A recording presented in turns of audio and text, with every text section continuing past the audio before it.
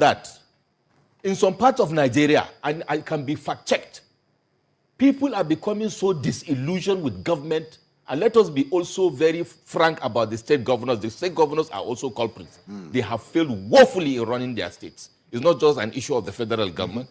To the extent that people have resorted to, out of confusion, out of dejection and frustration, to start looking up to the bandits and the terrorists as their safe havens. They are beginning to listen to them. Yes. I can tell you there are areas where they are arbitrating, where they are mediating. The bandits. The bandits. Yes. They are beginning to recognize them, to have conversation with them offline, to say, you know what, we don't want problem. Please let us live. What do you want? They share the proceeds of their farm with them. Yes. They pay them taxes. And they even give them some level of protection from other factions of this banditry. This is the reality, ladies and gentlemen. It is so bad that there are some part of Zamfara and some part of Northwest where the bandits will go to a family house, tell the man to release his daughters, for them to take them into the bush and use them and rape them and bring them back for safety. Otherwise, they will kill everybody and go with the people. This is how bad things are.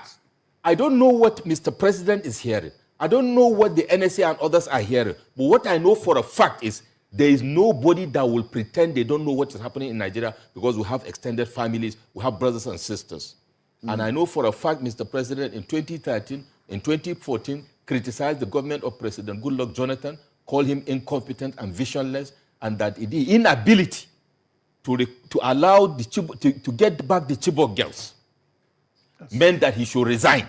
Yes. And to the extent that he said, in fact, the government was lying and denying reality. It sounds like deja vu for me, Mr. Onoja. Yes. That now the same government is refusing to listen to some of us that speak truth to power. That even when the incumbent does right, we encourage them. That we advise them when it is okay. That we are known to be neutral in this issue, but for the purpose of the progress of the Federal Republic of Nigeria, they live in that denial. It appears in this country, the political class choose what to believe in and what not. But the issue is this. The opposition political parties don't matter anymore.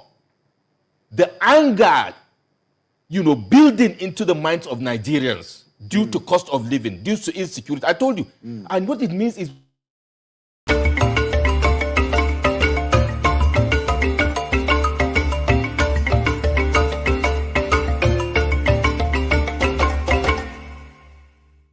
as fans celebrate championships in New York City and the World Cup captures the world's attention, dozens of Nigerian school children are marking their 30th day in captivity. Fans of the New York Knicks are still celebrating their team defeat of the San Antonio Spurs last night to win the NBA championship. It is the first time the Knicks have lifted the trophy in 53 years. Meanwhile, the 2026 FIFA World Cup has kicked off across Mexico, the United States, and Canada. 48 nations are battling through the group stage for a chance to advance to the knockout rounds of the world's biggest sporting event. It is 7 p.m. in Lagos, Nigeria, 8 p.m. in Nairobi, Kenya, and 2 p.m. in New York City. Wherever you are joining us from around the world, welcome to another edition of 90 Minutes Africa. My name is Rudolph Okonkwo. While millions celebrate sporting triumph, many families in Nigeria are living through a different reality. Today, heavily armed bandits handed over the body of retired Army General Rabe, who died in captivity, for burial. At the same time, kidnapped teachers and school children in Oyo State have now spent 30 days in the bush. On 90 Minutes Africa today, we welcome historian and public intellectual, Dr. Wunmi Akintide, for a critical conversation on the fast expanding insecurity threatening the southwestern part of Nigeria. Dr. Akintide brings not only scholarly depth, but also a unique connection to Yoruba history and leadership. His grandfather, Deji Adesida I, ascended the throne as the 41st Deji of Akure in 1897 at the age of 64 and reigned for another remarkable 64 years until 1957, making him the longest reigning Deji in Akure's history. Dr. Akintide chronicled that extraordinary legacy in his acclaimed biography, The Lion King and the Cubs, a biography of Deji Adeshida I, a sweeping account of the monarch many regard as the pioneer architect of Akure's golden century. As kidnappings, killings, and fear spread deeper into Nigeria's southwest, what went wrong? Can the region reclaim its reputation as one of Nigeria's safest zones? And what lessons from history can help chart a path forward? Now, stay with us as we invite to the show Dr. Wunmi Akintide. Dr. Wunmi, welcome to the show. Thank you very much, Rudy. I'm glad to be here. And we planned to have this about 2 weeks ago or thereabout, but it didn't work out. But now I'm glad that everything seems to be working out very well. Yes. Thank you so much for making it and staying with us. It wasn't easy, but we're happy that you're here, and we're happy that we are going to learn a lot from your wealth of knowledge and history of Nigeria. So thank you so much for being here. Let me start with the stories in the news. You are in New York, I think. You're in New York. You're a New Yorker. Yes, I'm in New York. And everywhere in New York, everybody's people are happy. Everybody, they breath. It's amazing. I was out there. People were not thinking about. There was nobody who was frowning their faces. People are still celebrating, coming out from parties because the New York Knicks won the NBA championship for the first time in 53 years. Where were you? Did you watch? Yes, of course. I watched the game. In fact, I must confess that everything seems to be coming out well for me in this last 1 week. Wow. Yes, because I came to this country for my postgraduate studies at the University of Connecticut in 1983. At that point, it was 10 years when Knicks or New York ever won the basketball championship. So, and since for the 43 years I've been here, I've been hoping and waiting that this day will come. But it finally came. Wow. Thank God for it. And I thank God that I'm still alive to witness it. Like three things are really working together for me. In Nigeria, just on June 12th,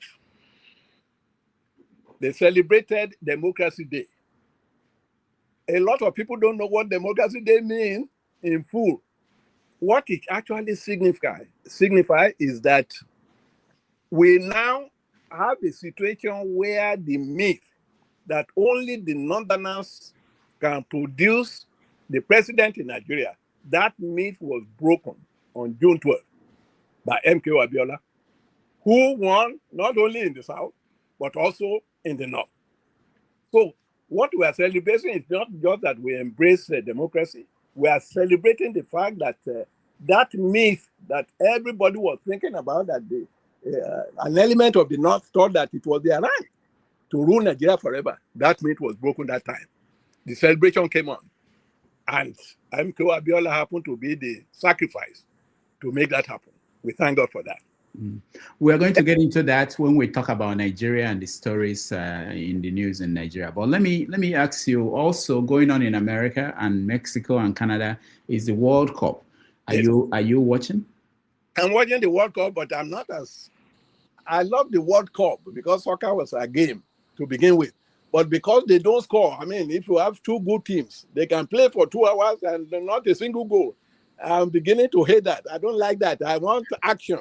You've been Americanized now, because if you watch football or basketball, American football or basketball, you get used to having scores. Yes.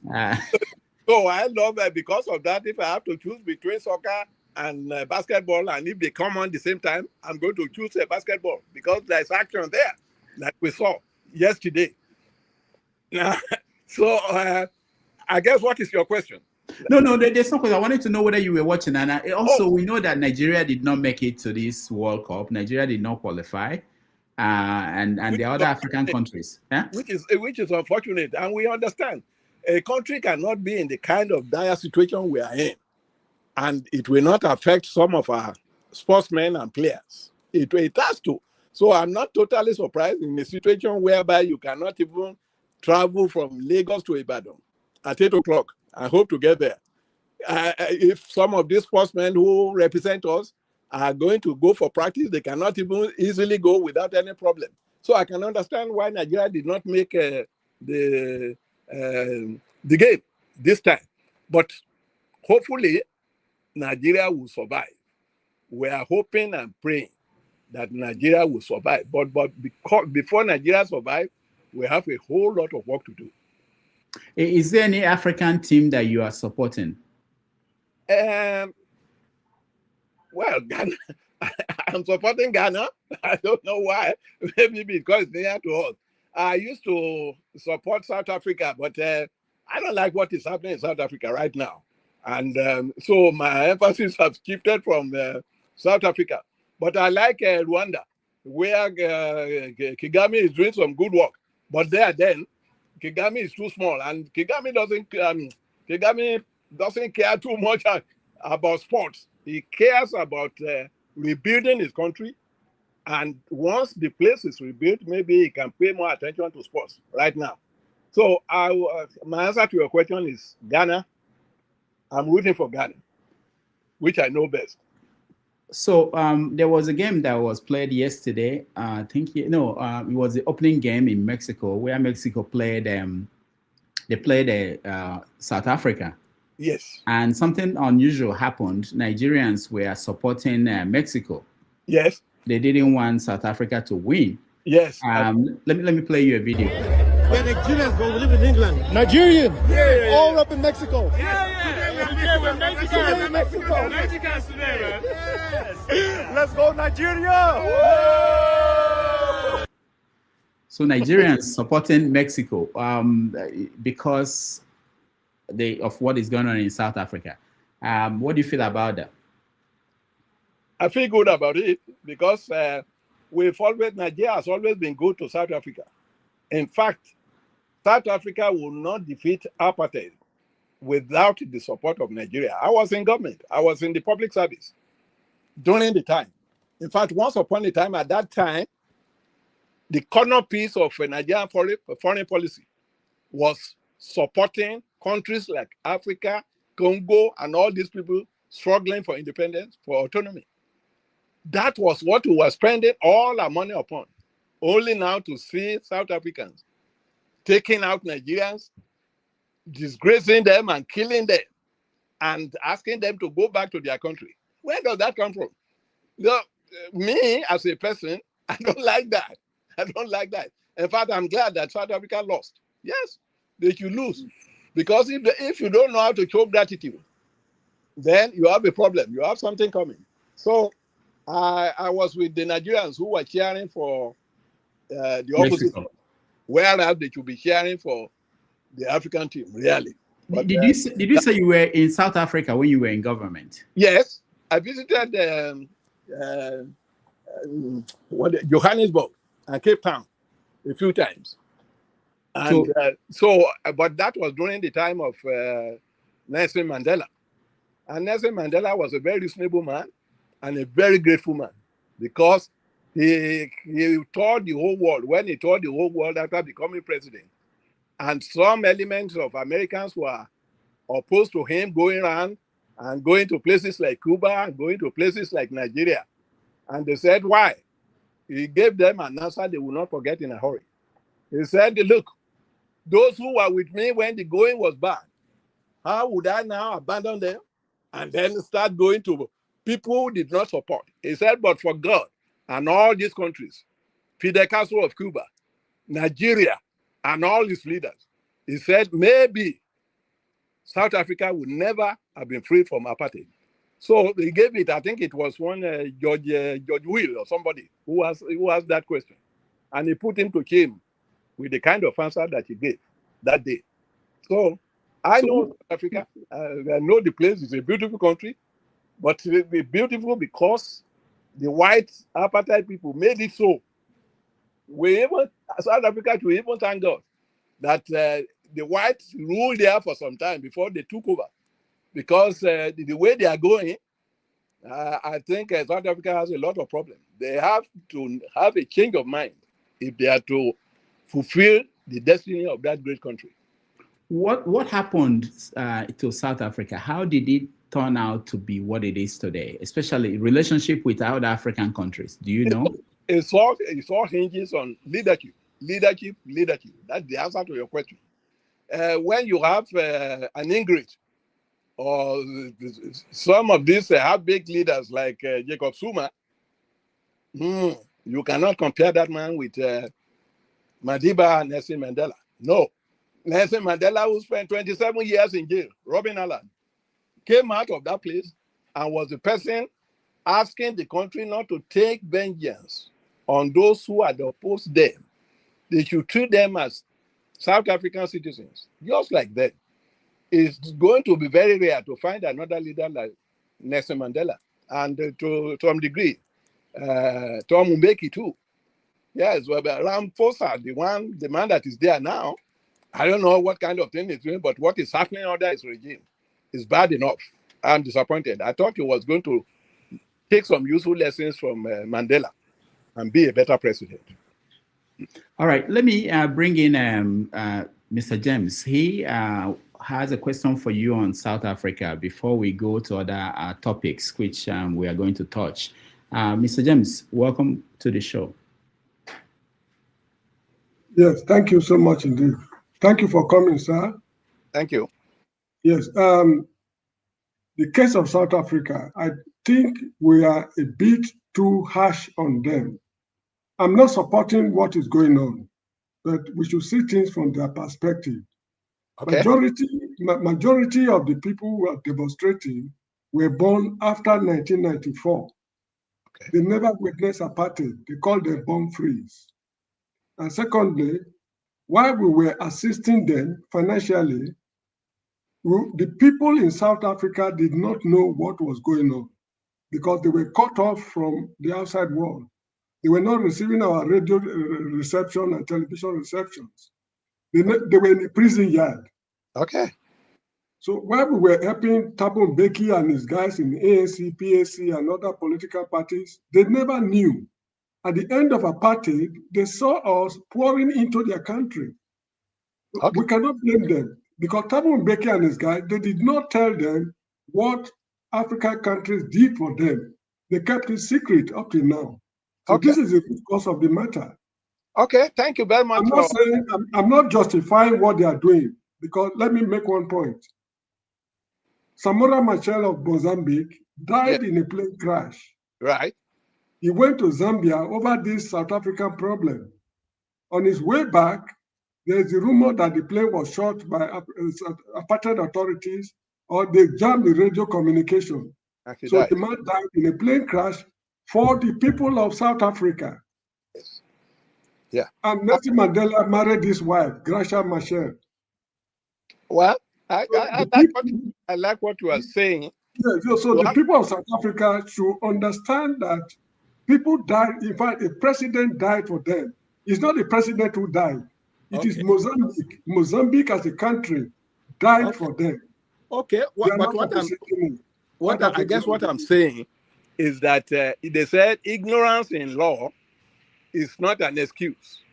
That people don't know, you cannot cite that in law because this is part of what you get when our leaders stop this idea of teaching history in most of our tertiary institutions and universities.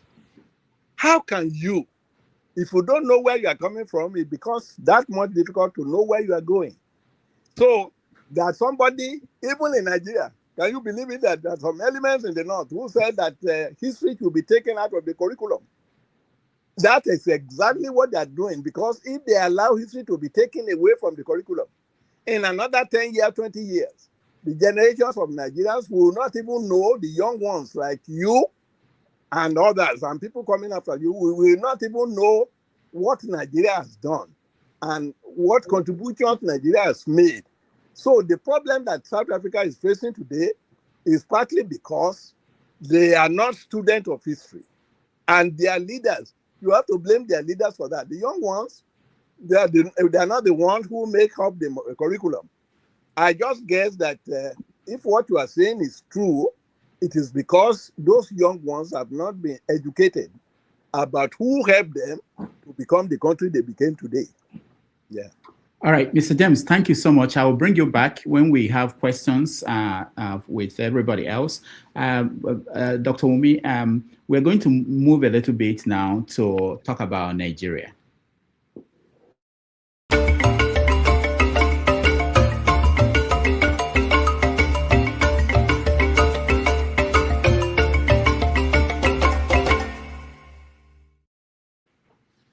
All right, welcome back, everybody. We are here with Dr. Wunmi Akintide, who is a historian talking about the state of the nation, the state of Africa, and the world. So, Dr. Wunmi, you mentioned June 12th at the beginning. We just marked that milestone in Nigeria, and people have been all over the country. They've been asking about, you know, what's so important about this democracy? Has this democracy served me? What has the democracy done for me? Where were you on June 12th? On June 12th, I was already here. Oh, you were here? I was here, but I followed closely what was going on. Okay. Do you think that democracy has served us well? To the extent that we have not had another military coup in Nigeria for 27 years or thereabout, I think it has served us well. That is my own opinion. It does not mean that I'm acknowledging the fact that we don't have hiccups. We have a lot of problems, especially the problem of insecurity right now, which is the most serious. In fact, if we are not careful, we may not have a country. We may not have a country in a few years if something concrete is not done to address this problem. So my idea is that June 12th, in as much as it serves as a marker to tell those who are ruling us before them that leadership has to rotate between the South and the North. And that was the merit of what we're having now. Otherwise, a person like Tinubu would never have been president. So the mere fact that Tinubu, a Southerner, a Yoruba man, is president today is something to write home about as far as I'm concerned. Because the way the country was designed, it wasn't meant for Southerners to become president in Nigeria. But Tinubu, you have to give him credit. And that's why I give him credit. He has a lot of faults. But whatever he did that worked for him to become the president of Nigeria and to have ruled now for 3 years, I give him some credit for that. It doesn't mean that I'm supporting all his policies, but I think we should praise that because he was a giant to have done that. Because if you know the Northerners, and you don't blame them too, because we're all Africans. Northerners believe that Nigeria was handed over to them on a platter of gold by Felix Lord Lugard in 1914 when they did the amalgamation. So they thought it was their country and nobody else. But June 12th made it sink into their brain that Nigeria was not their farmland. No. Everybody was on its own. The Yorubas had their own kingdom. The Igbos, the predominant tribe there too, had their own southeast. So, but it was Lord Lugard who thought it might be better to merge both the South and the North into one country. And he did it for a very selfish reason. He did it so that the resources coming out of the South can be used to feed the North, because the British did not want to spend their own money funding Nigeria at the time. So Lord Lugard just made a suggestion that it would have been better to merge both the North and the South, so that the British will be relieved of having to spend their money to maintain that country. The great problem was from Lord Lugard. But after our people took over, we ought to be able to let the Northerners, not all of them, not all Northerners are thinking that way, that they own the country. But there's a powerful element that thinks that way, the Fulanese. There is a powerful element within them that think they own Nigeria. But MKO Abiola, to his everlasting credit, was able to prove to them that they don't own Nigeria, and he won the fairest and the most free election in Nigerian history. Now, they did not want to accept it at that time, but now they have accepted it. They now knew everybody, including Babangida himself, who are not the election. They now knew that MKO won that election, free and fair. So, and they are now honoring him posthumously. But there are lessons to learn from that. So June 12th is a marker, and it's something that we should all pay attention to as we now get back the study of history into the curriculum of Nigerian schools and universities. Yeah. If we begin to do that, then the country is going to self-correct.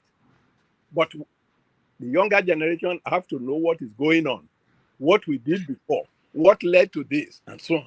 And I guess if we restore history, the study of history, and we have so many wonderful historians in Nigeria, starting from Kennedy, who was the first VC of the great University of Ibadan, and professors like Saburi Biobaku, who was my teacher.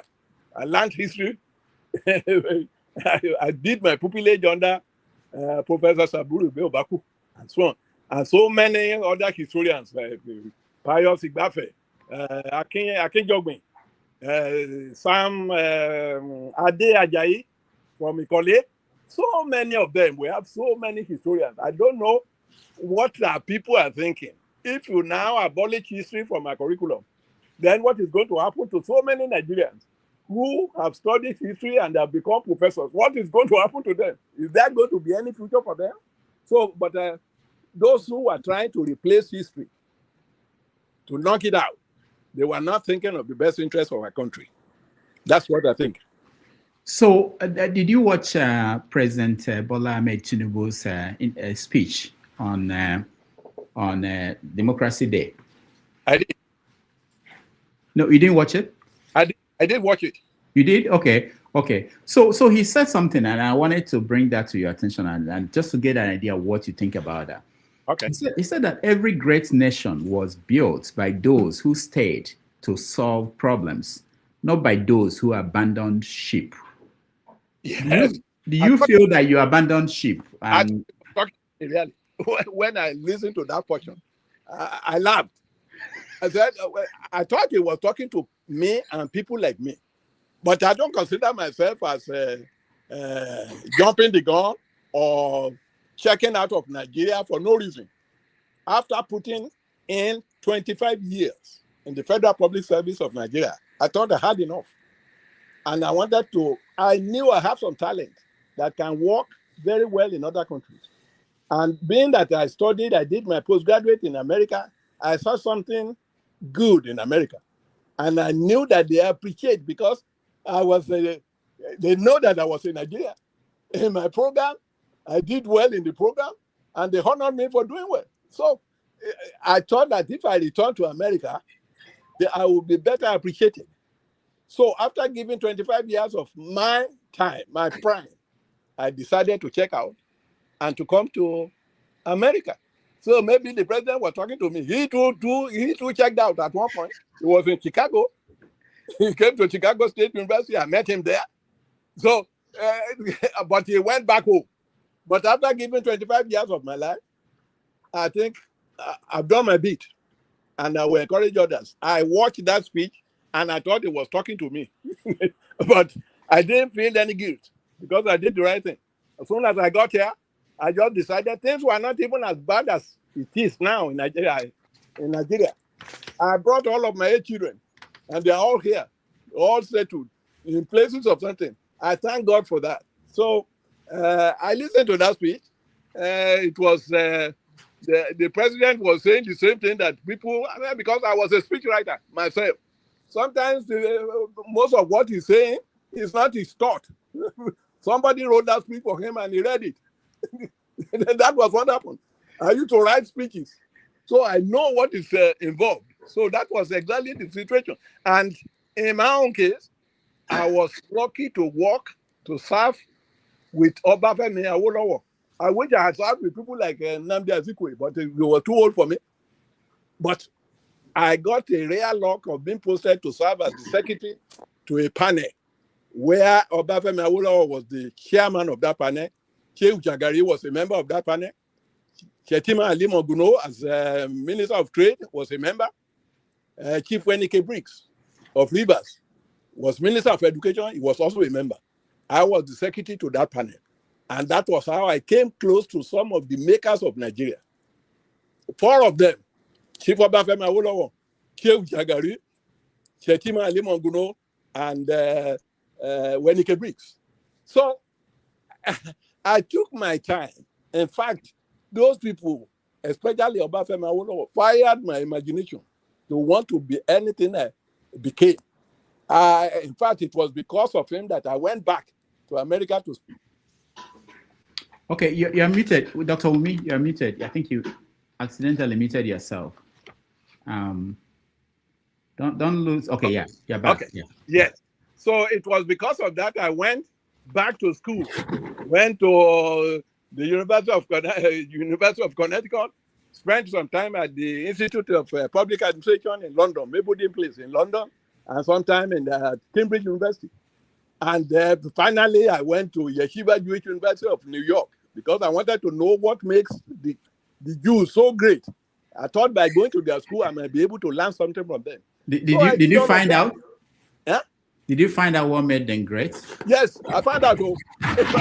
I found out one of the things that make the Jews great is unity. They work together, collaboration. Nobody does it better than the Jews. That's what they do. If you find, I'm surprised that Elon Musk, of course, I don't think it's Jewish, but I understand it came from South Africa. The Jews have a way of doing things, and I learned so much from them. In fact, I was the Carl Icahn Fellow from 1991 to 1993 in that university. That gave me the opportunity to get to know the Jews better. And that's why today I'm living in a Jewish neighborhood. You would think that I'm a Jew myself because I live where, and it was through them that I got to know about this apartment where I'm staying right now. So the Jews, what makes them great is because they love themselves, no matter what. I was listening to Rahm Emanuel, the former mayor of Chicago, and I listened to Bernie Sanders, who is a Polish Jew. All of them are the same thing. They can criticize, but when it comes to getting together and working together in collaboration, nobody beats them in the whole world. And why would they not be like that? Because they've always lived with persecution all their life. They were driven out of their homeland. They went to other places and distinguished themselves. And then they were lucky again that they sided with the Allied powers. So the Allied powers made a pact to send them back. In fact, part of their luck was that the Jews were not sent back to Uganda. Uganda was the first suggestion that they wanted to send them to.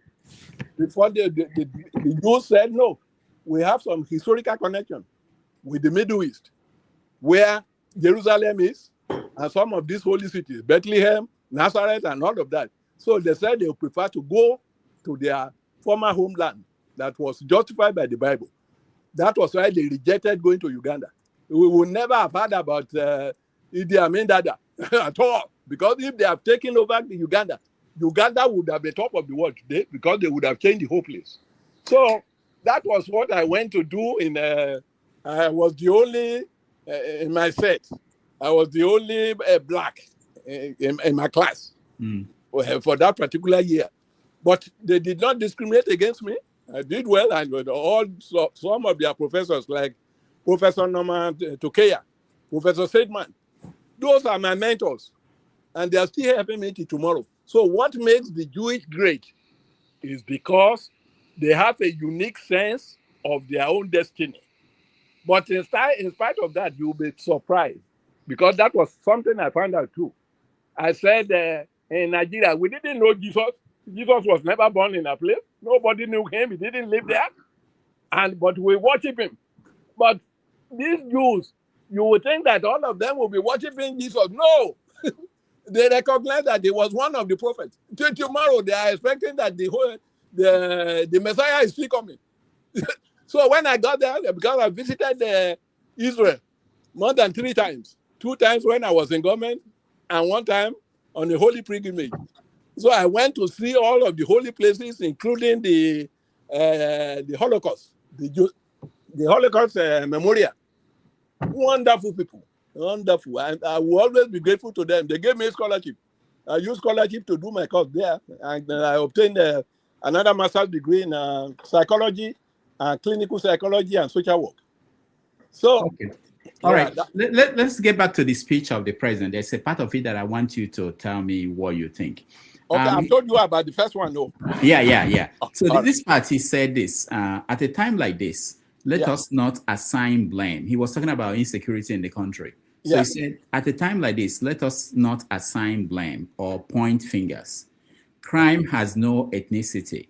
We must stay united and be assured that the enemies of our nation shall soon be history.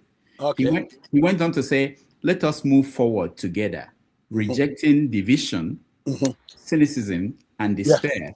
Embrace unity, hope, and confidence. Okay. What do you make of that as a former speechwriter? I made a lot of that as a former speechwriter. If I was writing that speech, I most certainly would have said something like he said. But if you have a leader who is very strong, like Obafemi Awolowo, under whom I served, sometimes you are writing a speech for Obafemi Awolowo. You think that Obafemi is going to read that speech, you deceive yourself. I'll give you an example. The president said what he said because it was in his draft, and he had to read it. Okay.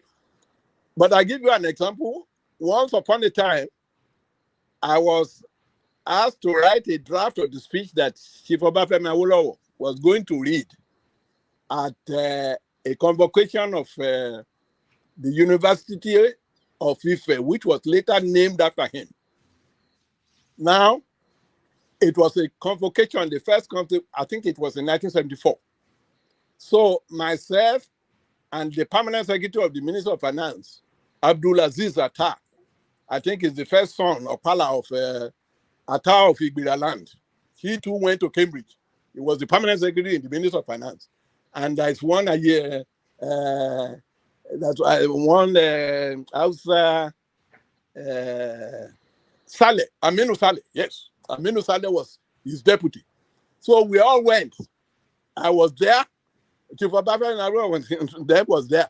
But before we left for that convocation, I was asked to draft the speech that Obafemi Awolowo, as the commissioner for finance and the deputy chairman of the executive council, will read. So I was scared because I know that Awolowo was too brilliant. He has written so many books. I said, how am I going to satisfy this person? And as a speechwriter, you have to put yourself in the mindset of the person for whom you are writing the speech. You have to understand that person and what he's thinking. And I thought I understood Awolowo a little bit. So I wrote my speech based on, in fact, I consulted with some of my friends to help me. What do I say? So all I was writing in that speech was to say, well, to the graduating class, we congratulate you for a job well done, but you should regard your training here as a BA, begin again, because there's still a lot you are going to learn. That was the substance of the speech that I drafted. I said a few other things, and I submitted my draft to the permanent secretary, to the deputy permanent secretary, Aminu Saleh. I don't know if he's still alive. He read it. He didn't change a word in it. He passed it on to Abdulaziz Attar, who was the permanent secretary at Cambridge product. He too read it. I think he made 1 or 2 minor amendments. and he sent it to the commission, to Obafemi Awolowo himself. Obafemi Awolowo took the speech. He wrote on the draft, "Thank you for a beautiful draft." And he sent it back the chain of command. So I saw it. And I was rejoicing. I said, "Oh my God," I told all my friends, I said, "Oh, you are going to hear me." You are going to hear me at the convocation. Because that speech that Awolowo is writing, I was the one who prepared the draft. So we went to that convocation with the mindset that Awolowo was going to read our speech. When we got there and it was introduced, Yakubu Gowon, who was his boss, was there at the convocation. And two presidents, Leopold Senghor of Senegal and Sir Eric Williams of Trinidad and Tobago, they were all there to get honorary degrees. And in fact, the whole world press was there. We didn't know that Awolowo had his own plan. So when they introduced him, they said, "Now we call on the chancellor to come and address the congregation." I sat next to Aziz Atta. I was feeling confident. I was so happy that they were going to hear what I said today. When he got there, you know, the man did not use a word, not one word from our draft. He wrote his own speech.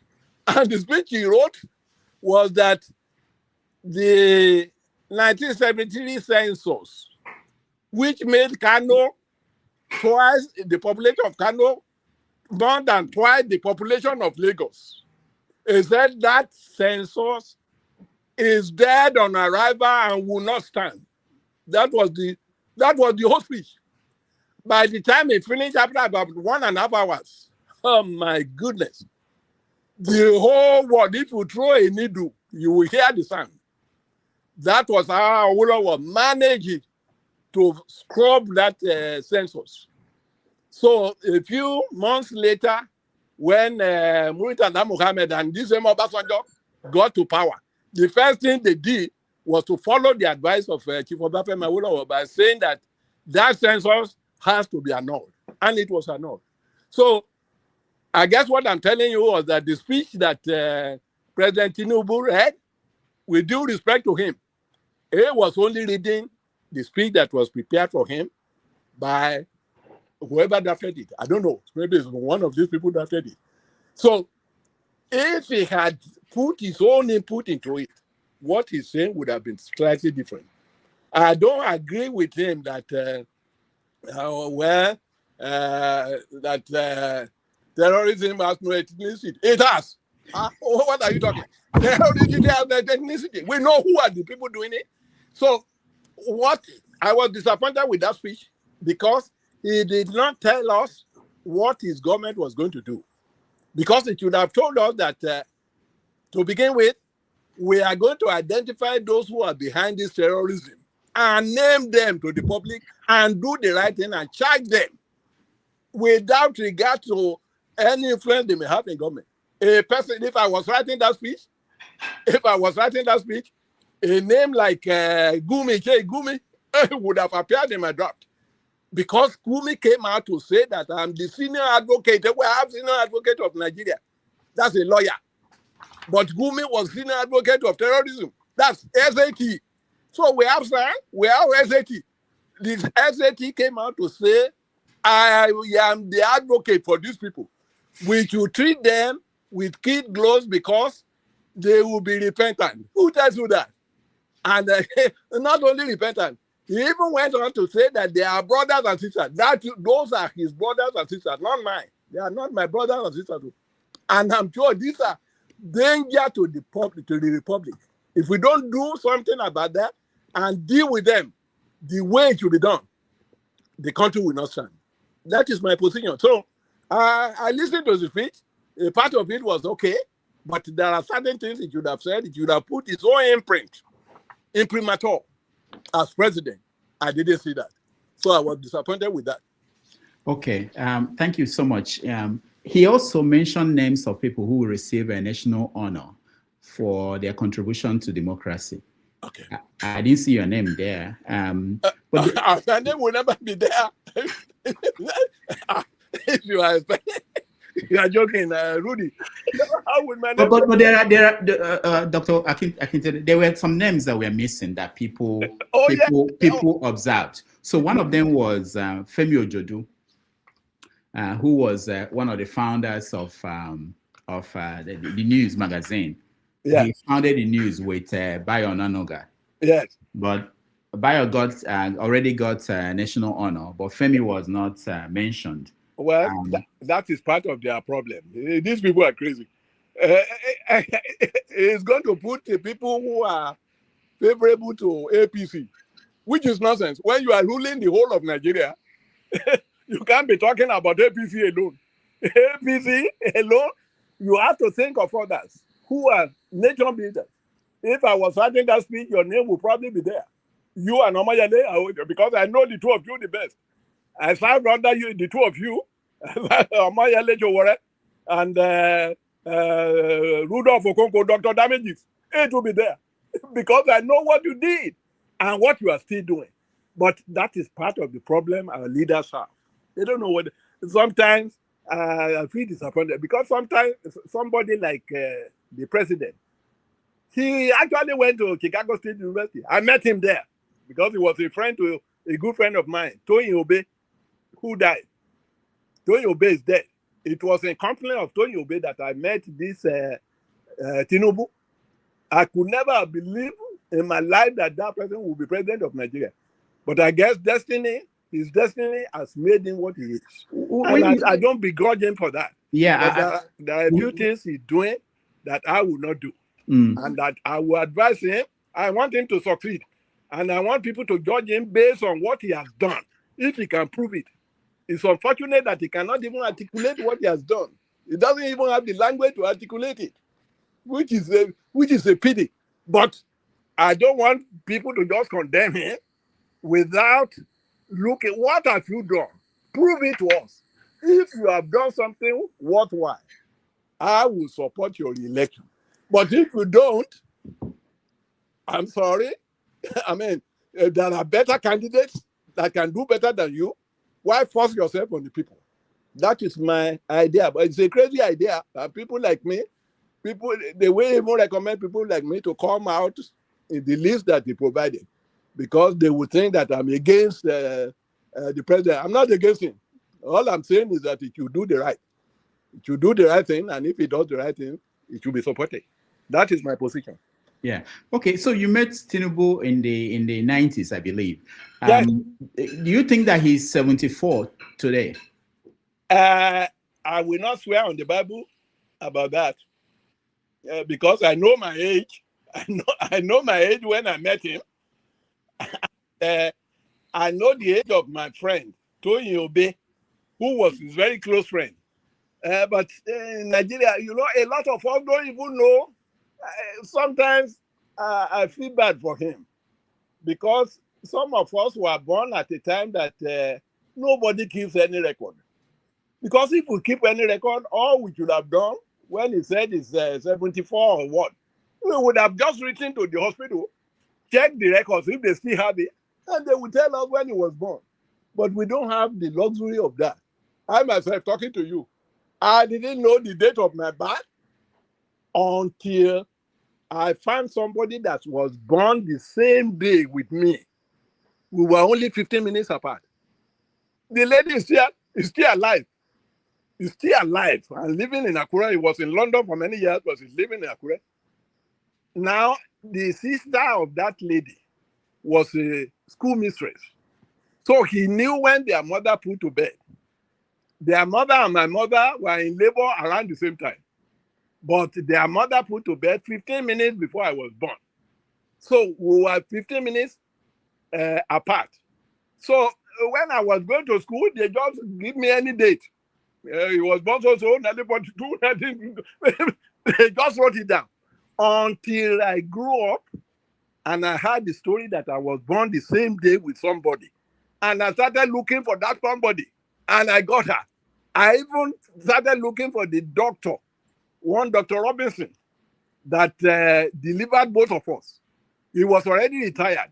So when I went to the Institute of Public Administration in 1972, I went looking for that doctor, and I traced him to St. Mary's Hospital. Yes, he was in his 90s at the time. He must be dead by now. And I reminded him and said, I was told that you were the doctor from Nigeria. And he confirmed it. So I cannot comment too much about this 74. I would think, to be honest with you, that Tinubu will be older than 74. Because if he's only 74 and the daughter is 62, I have a problem with that. And that can only happen in the north, where you can be married to a 9-year-old girl. I can understand that, but in where we were born, minimum you will be 14, 15, or 16 before somebody can be having any affair with you to impregnate you. So if the daughter was claiming to be 62 and the father was claiming to be 74, you do the arithmetic. It doesn't add up. It doesn't add up to me. But that is not the issue. That may not be his fault, because the parents don't know. The parents are, I know the parents, Abibatu Mogaji, the very, very rich woman in Lagos. I think it was his adopted mother. Even Abibatu Mogaji may not be able to take date. In fact, she adopted him later. So the mother who gave back to him from a rugby G might be an illiterate who doesn't know how to record date of birth.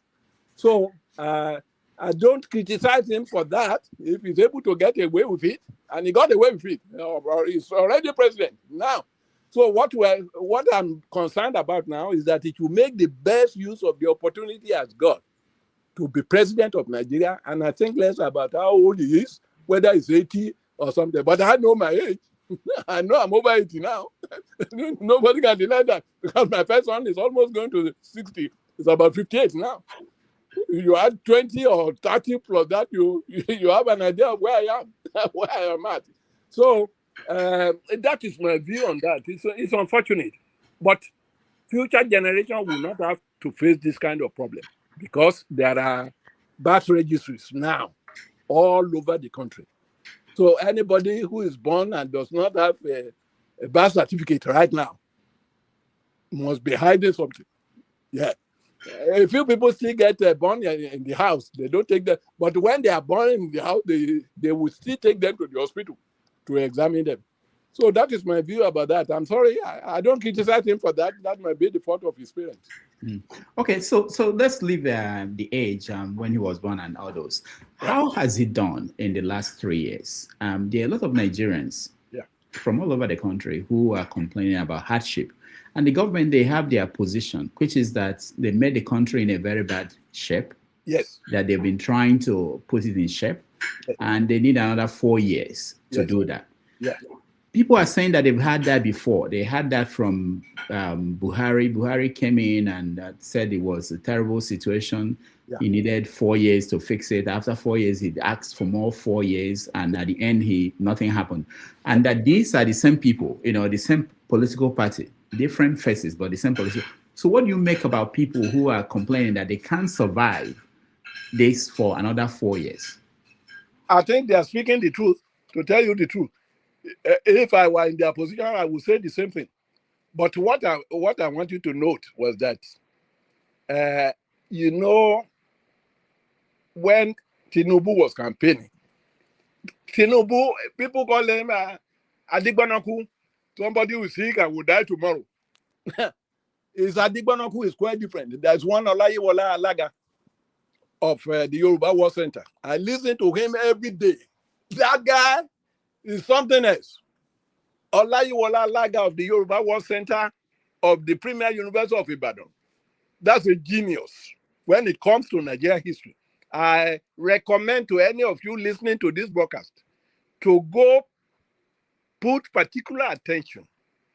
Although he does it in Yoruba, but in fact, I'm even recommending that all the discussion that he has done should be translated into English, so that the Igbos, the Afiks, the Hausas, the Fulanis can read it. In fact, that guy is something else. He tells the truth. So what I'm saying is that Tinubu told us when he became president, and he told us what he thought we wanted to hear, and what he thought that those people who voted for him, he did not wanted to hear. He said, I am going to take over from where Buhari left off. And now you said Buhari was there for 8 years and he did nothing. He did something, no. To say he did nothing would be a misrepresentation. What did he do? This same Buhari was the person who allowed all the itinerant Fulanis of West Africa, in Mauritania, in Guinea, in Mali, in Syria, and all those people, he said they could come to Nigeria without visas. And they came to Nigeria in an effort to help him win and defeat Goodluck Jonathan. He defeated Goodluck Jonathan. But all these troops came, they didn't go back to where they came from. They decided to remain. Number one, they discovered that Nigeria was such a rich country that why would they be following cattle into the bush alone if they can do something here and make and share out of the wealth of Nigeria?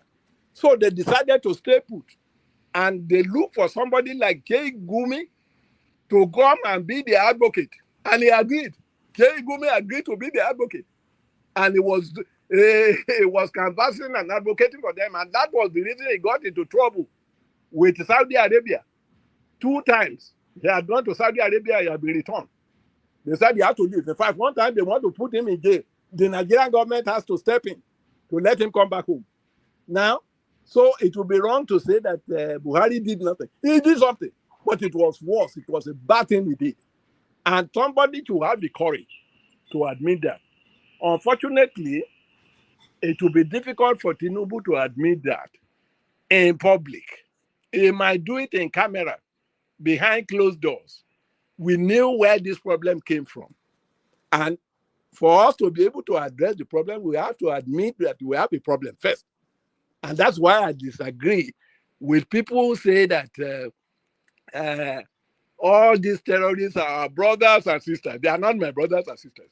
They may be your brothers and sisters, not mine. And I know they are not the brothers and sisters of my people in Akure. No. If they are my brothers and sisters, they will be killing my people like that. So we have to speak with one voice. That is part of the problem of Nigeria.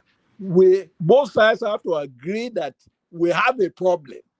But instead of addressing that problem, some elements in the north are saying that these are our brothers and sisters.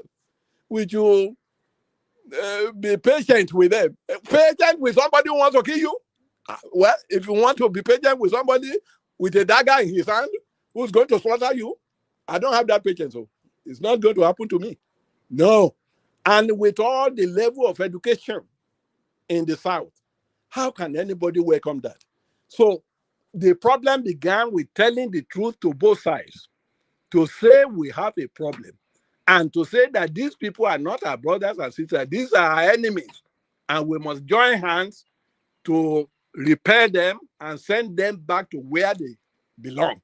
And we must pay particular attention to those of them who have been absorbed into the Nigerian police and to the Nigerian military, army, navy, and air force. I served for 4 years as an undersecretary in the Ministry of Defense. I know what I'm talking about. So, and Tinubu is doing some of the things he's required to do, but he still has to do more. There's still a lot of room for improvement. And that improvement begins with our telling ourselves the truth and only the truth and nothing but the truth. These people are not our brothers. They are not our sisters. And we should speak with one voice to send them back to where they are, flush all of them that have entered our military and are supposed to be protecting us. I mean, look at the problem that we face. Rudy, today, I think it was in the East, I heard that some bandits were caught. with army uniform, some of them with youth service uniform, youth service corps uniform, some of them with police uniform, some of them with Navy uniform. How can we? And these are the people that we are going to send to go and defend us? We must be crazy. We must be delusional to ever think of that. So we have to speak the truth to ourselves, first and foremost, before we can find a joint solution to the problem that is facing us in Nigeria today. Okay, we're going to take a break at this point. When we come back, we talk about insecurity in the Southwest, which is the main topic for today. Yes. What the solution should be. We will explore historical ways it could be dealt with, based on your background. Yeah. We also have you talk about Islam in the Southwest, which is something new and it's an issue that a lot of people are concerned about. Yeah. So we take a break. We'll be right back with Wunmi Akintide, and that will give us the opportunity for you watching at home to join us and have an interaction with him. So stand by.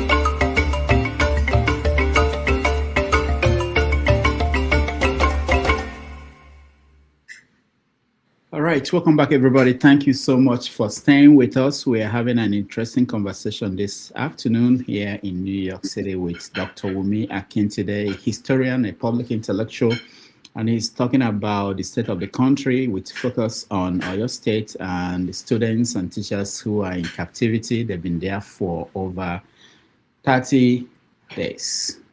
So, Dr. Wunmi, Yeah. the country is under Bola Tinubu's watch, and Yes. this happened. Why? That's a very interesting one. It has been happening before he got there, but the problem has been worsened. Under is something. It's worse than it was, but it was there before he came there. Now, Why is it that 30 days after, nothing has happened? if I were in his shoes, I would be embarrassed. I would be ashamed of myself that is happening. So Nigerians who are complaining have a right to complain. And I'm complaining. I'm one of them, because this state of affairs is not good. It's not good at all. I mean, we have to be honest with ourselves. But you were saying something that ever before the white people came to our shores, we have a self-defense initiative, self-defense things we used to do to to protect our different communities. And you have to understand that because you find about so many intertribal wars, or your versus the Hausa Fulani, which they are still trying to do right now. So we have a way to protect ourselves.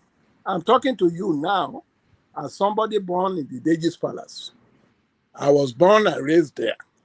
If my father were to face this kind of situation, my grandfather were to face this kind of situation, I know what he would have done.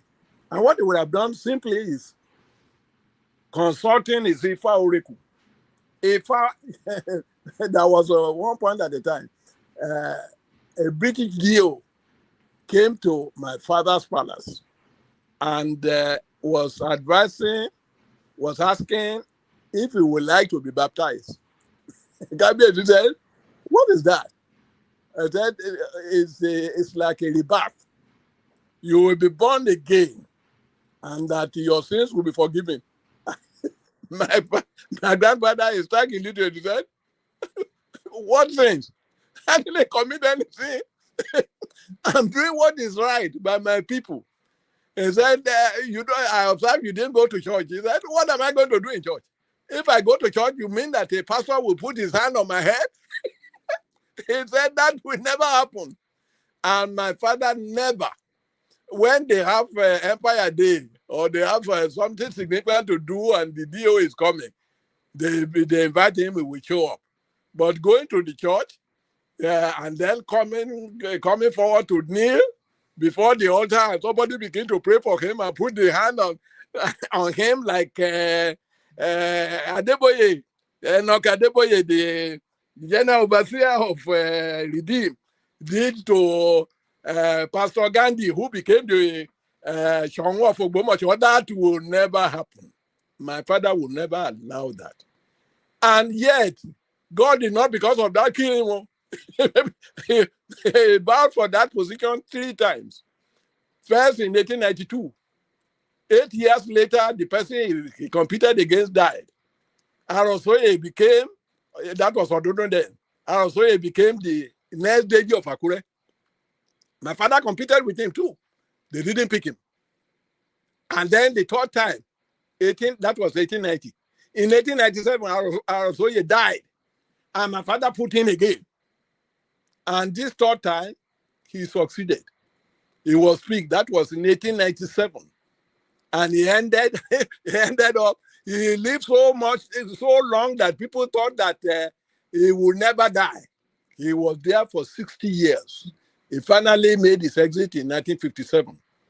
He never went to church one day, and God did not, because of that, kill him. So I guess what I'm telling you is that there are native means that our people have done, but we have been indoctrinated to abandon all those things and burn them. Some of them are still useful to us. including all the vegetables, all the herbs that we are talking about, dogoyaro and all these things. If you are suffering from malaria fever, dogoyaro will help you overcome it. But what the Christians are telling us is that it's wrong for you to go to anything native, anything that is not of Jesus. Don't do it. I was surprised that even in Israel, in the state of Israel, they have herbs, but they turned their herbs into modern medicine. They didn't abandon all those things, and yet Jesus was born in their country. So I guess our problem is that we've abandoned some of those things. That's why when people joke about Igboho Sunday, Majasola Igboho, I met him at Ibadan. I can relate to what he's doing because my father had something. I will tell you this story. Anytime my father is traveling out, my grandfather is traveling out of Akure to go and attend the meeting of the House of Chiefs, I observed that he usually, when he's inside the vehicle, he usually wear a particular crown called Akwijoki in our native dialect, Akwijoki. The crown is made of black wool. In fact, you can even tell that this is an unusual crown. I don't know why they even call it a crown, because it looks so different. But I observed that anytime he's traveling, that is the crown that he puts on his head. So out of my curiosity, I've always been curious as a child. I couldn't ask him, but I asked my grandmother, the old lady. I said, why is the grandpa always wearing this black something? Every time he travels to Ibadan, he's always wearing it. And when he's coming back, that is what he will wear. So my grandmother went to him as the wife, was able to find out for me, and I will not let her rest until I get an answer. Then he told my grandmother that that was for his protection.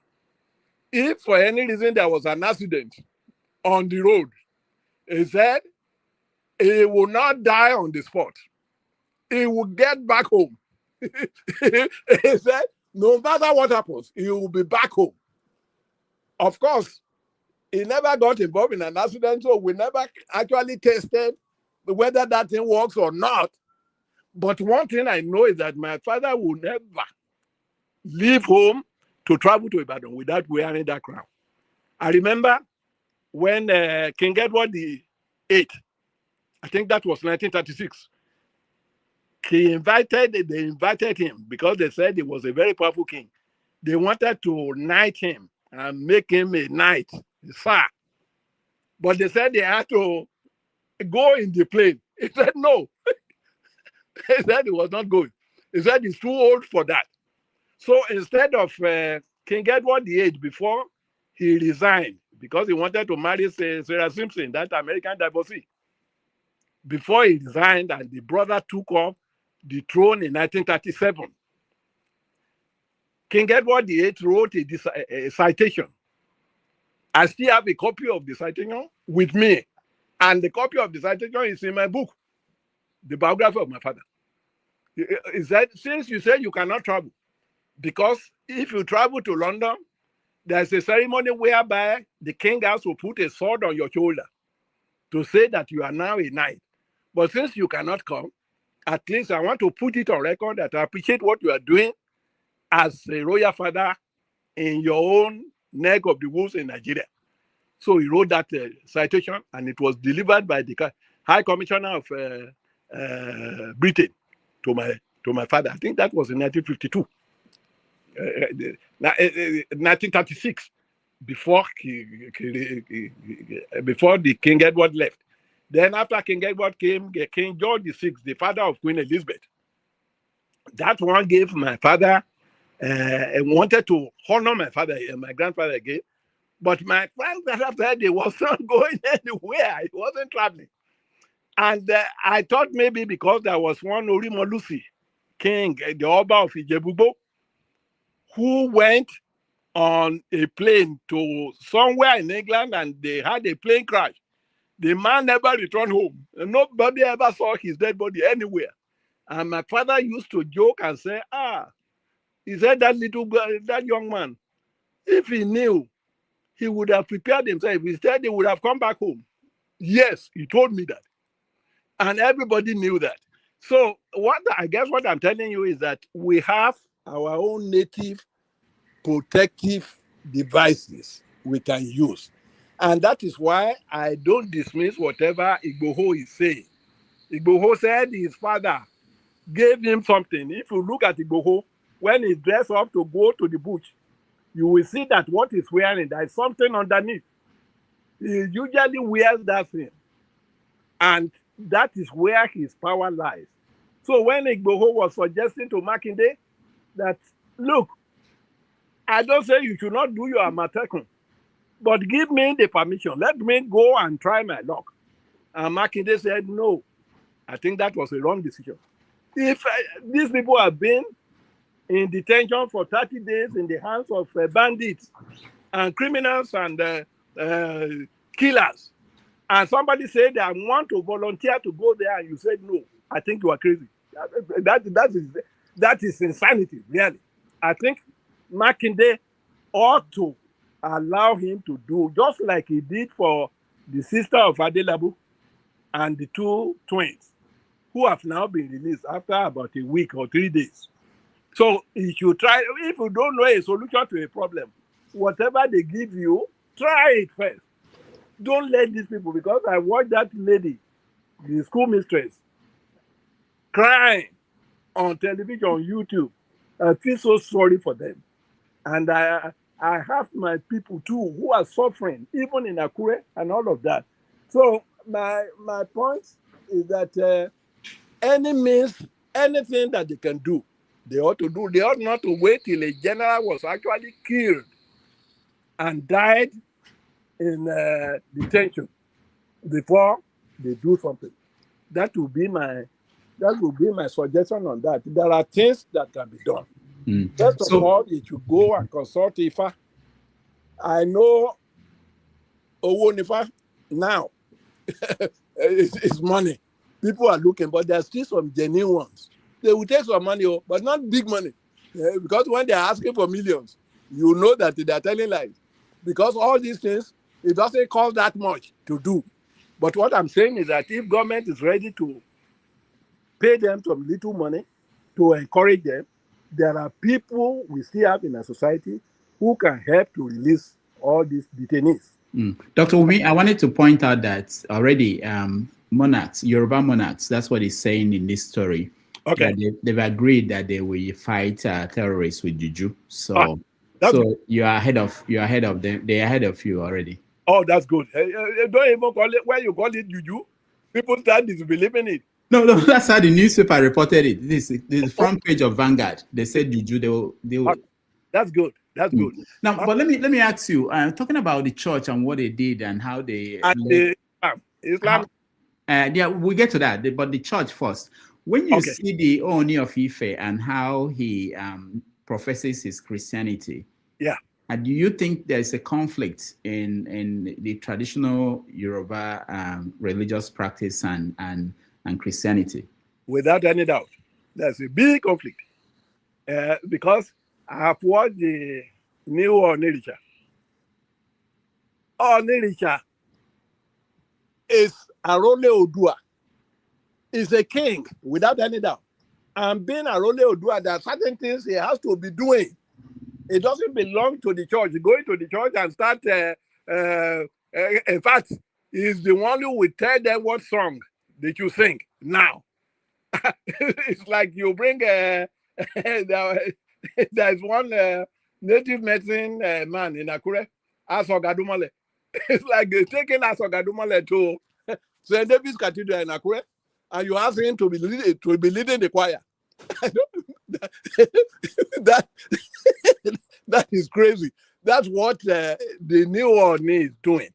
And I've had occasion to even write articles about that and say that, well, I don't say you cannot go to church, but when you go to church, you lie low. You cannot be everything to everything, to every man. Yeah. So I guess my answer to your question is that what the Oni is doing in that regard is wrong. In fact, the Christians themselves should be able, the bishop, to be able to tell him, but they won't tell him because they are too afraid to say such a thing. But it's mixing God with mammon. That's what it is. Pure. All right. One last question on this Islam in the Southwest. There are people who are concerned that there is a new form of Islam. I mean, Southwest, they've had Christians and Muslims live together. There is this new group that are pushing for Sharia law in the Southwest. Yes. And they are very aggressive, and it's causing divisions within families and within the structure in the South. Do you sense that? Is that something that you're concerned about? I'm terribly concerned about it. But let me tell you, you are speaking to me now. Michael. Michael is my Christian name. But you are speaking to somebody whose uncle, my senior uncle, Sheikh, I'm trying to remember the name now, is the chief imam. Yayi Akorede, that is the name. Sheikh Yayi Akorede was the chief imam of Akure. That's my uncle. Now, he went to Mecca all the time. A very powerful sheikh. In fact, they gave him the title sheikh. But anytime they are having a Salah or they are having a religious festival, Islamic festival, we go to his house to eat. And anytime we're having Easter or Christmas, they go to, they send the children come to my father's house to eat. So the way the Muslims in the Yoruba Southwest regard Islam is quite different from the way that our fellow brothers in the north, in Kano, Sokoto, and all those places. In fact, those Muslims there regard the Muslim in the south as kafiri, they call them kafiri. So I guess that our Muslim in the southwest, if they understand what Sharia truly means, what it will impose on them, they will think twice before they support it. Because the Sharia says that if you catch somebody stealing a goat, you have to cut his hand. You have to cut his hand. If you cut the hand the first time, if it goes back again to steal another goat, you cut the second hand. What kind of religion is that? So the problem is that the Yoruba is Muslims. They are quite different from the Hausa Muslims.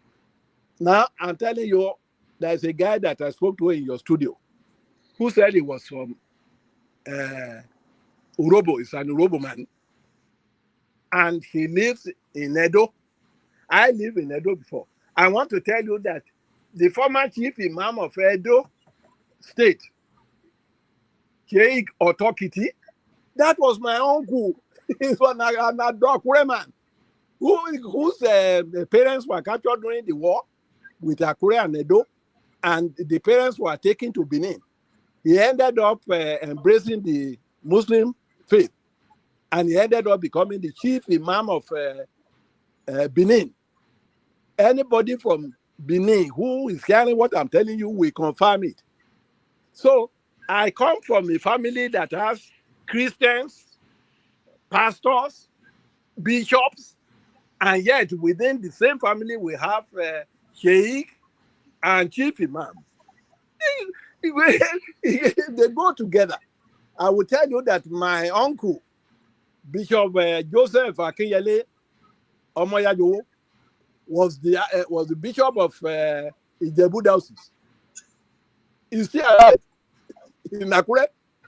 Anytime I go home, I stay in his house.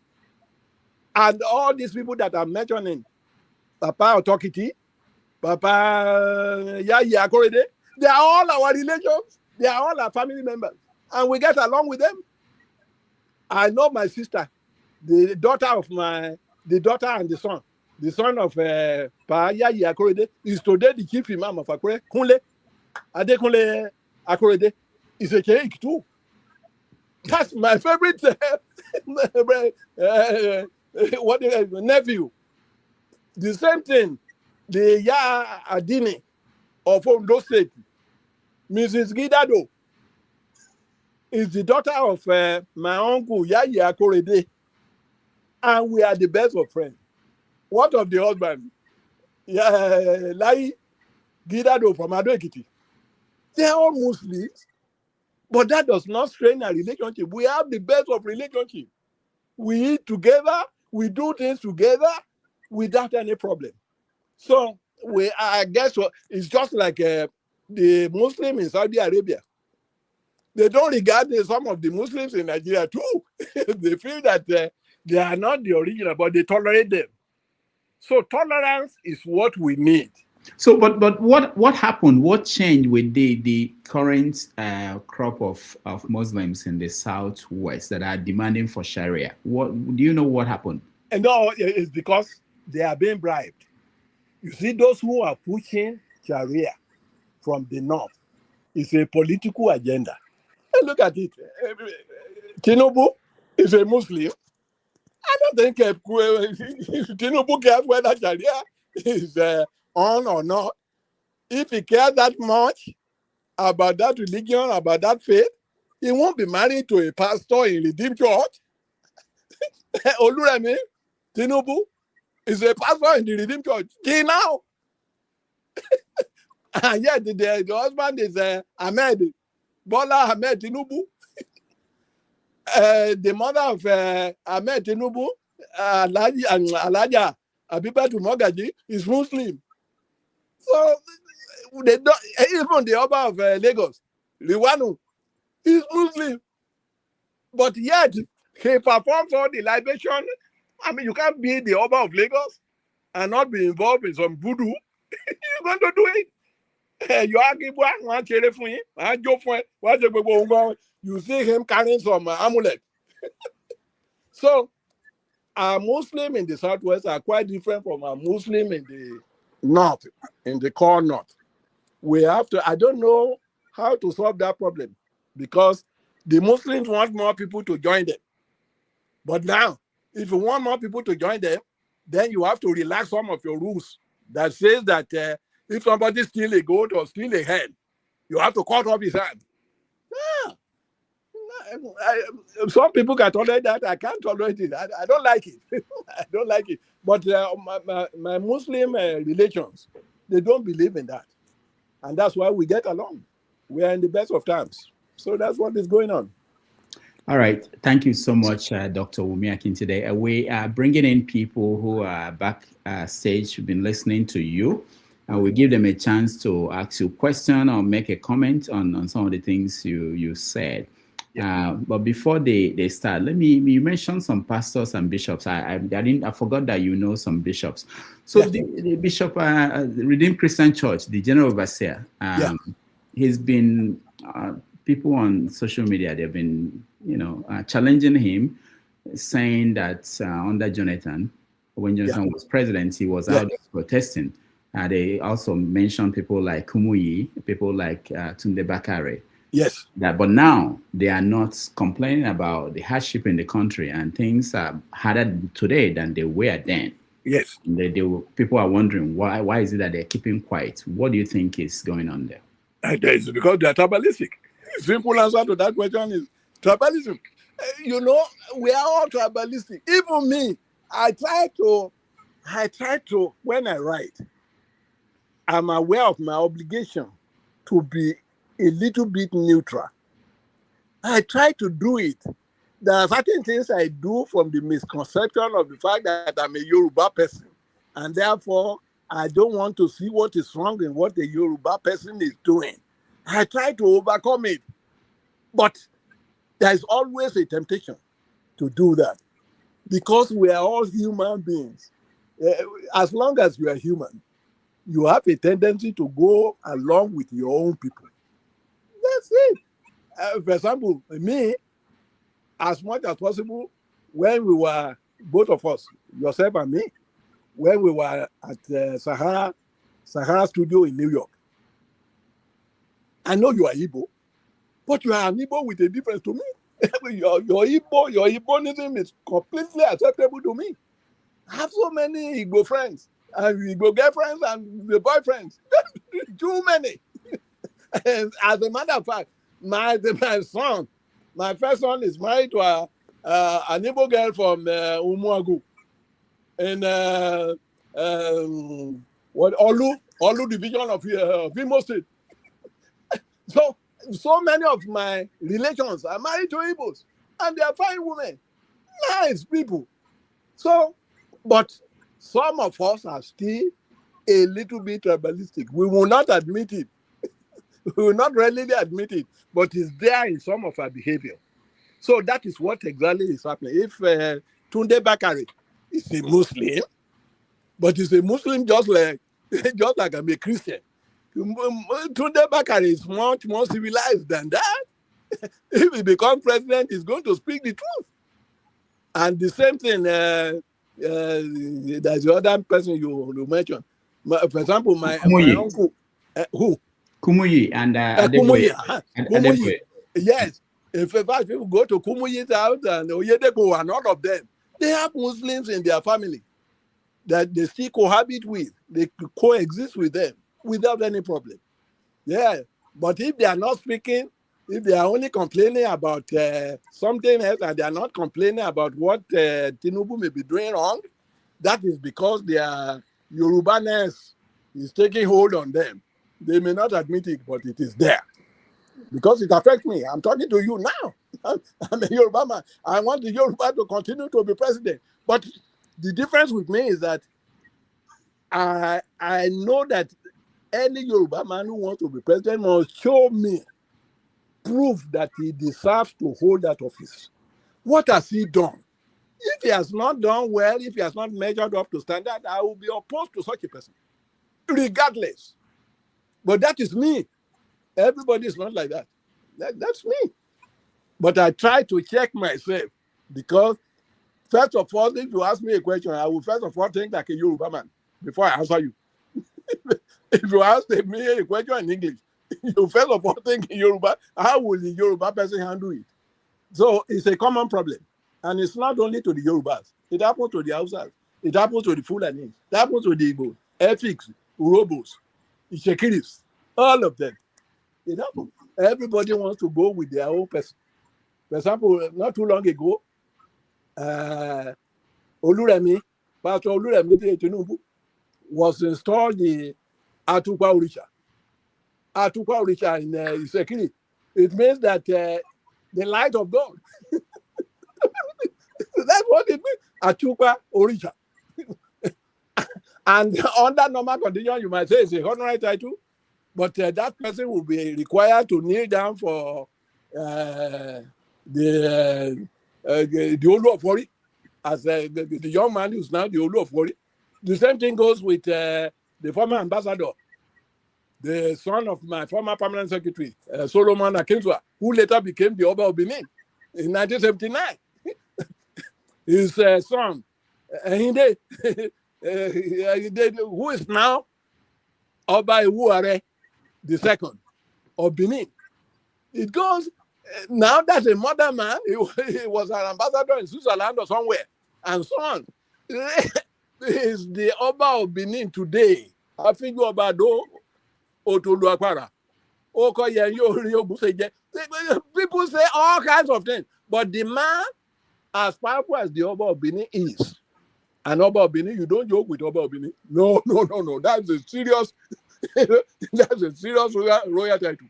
Everybody knows that. And when you are there, because you are regarded as an Orisha yourself, you are regarded as one of the deities once you become that position. So you cannot take that position and then the next day go to the church and start dictating what song they should sing, or you start leading them in a chorus. That will not happen. You will never find a number of Benin doing that. No. Yeah, but people here, in fact, some of them will go and wear Muslim ceremonies. They wear turban. They wear turban. We are all deceiving ourselves. When you wear turban, you don't know what you are counting. They give you something, you begin to count it and begin to say some stupid things that you don't even understand. But you are doing that to please some people so that they will, because they said, Oba, Oba is the king of all, both the Muslim, the Christians, and the Voodoo people. So it's a confused society. It's a confused society, to be very frank with you. And that's why I can never become one. Because they've asked me to come and take my father's title. I can't do that. I can't do it. I can't do it. But I can't take a title that will make me not be able to travel to anywhere I want to. No, I won't do it. But people are different. There are some people who like it. Yes, I would have become the Olugojo of Eguji. I can't be the Olugojo of Eguji. But I'm not interested in that. Rather than take that, I asked one of my brothers, my siblings, who's interested in it, to go ahead and do it. And I will support him. I will support him because I'm happy where I am. So that's what is happening. Yeah. All right. Thank you so much. Let's call on Mr. James to ask a question or make a comment. Mr. James. Yes. Thank you once again for coming, sir. Thank you. Yeah, we are very pleased to have you in our midst today. My pleasure. What you're saying, virtually everything is resonating well with me because my father started his life in Akure. Thank you. He was more or less a Babalawo, although he was not, because that is his religion. So he practiced it till he died. He never went to church. Yes. He never entered the church all his life. Exactly. So the kind of things you are saying. And he lived for how many years? At what age did he die? No, I must let you know. Traditionally, I'm not permitted to ask my father, how old are you? So I do not know how old he was when he died. Okay. Yeah, I could not ask him. Okay. Traditionally, yeah. So that's how it is anyway. And it's very interesting to know that you are related to the Oyedokun family. Very much. That's my uncle. I think their house is at Lagos Street off Urban Market Road. Correct. I attended school with one of them. Correct. That is where I used to spend my holidays when I was at Edo. Yeah. Yes, Lagos Street. Yes. Yeah, that's very interesting. Correct. Anyway, that's that. I've just sent some documents to Dr. Damages, Ovie, and KJ about South Africa. Okay. What is happening is this. The assistance we gave them, yes, it is true we assisted them, but I noticed while I was in school that majority of the money, a good chunk of the money, sadly, was embezzled by Nigerian government officials. That's true, but a lot got to them. Excuse me, sir. One of the documents I sent to Rudolph was written by one Professor Patrick Wilmot of Ahmadu Bello University. Okay. He alluded to it in the article. The money was not properly accounted for. Okay. When Tabu Beki and his guys were here as ANC representatives and PAC men, they received assistance. Yeah. They knew what we were doing with our money. We assisted them. They were also conscious of the fact that we are also helping ourselves in their name. Okay. They were conscious of that fact. So when they returned to South Africa after 1994, they could not tell their people what was going on. It is now they started revealing the secrets. Okay. And secondly, the fault is theirs because the history of South Africa they teach in their schools today is written by the whites.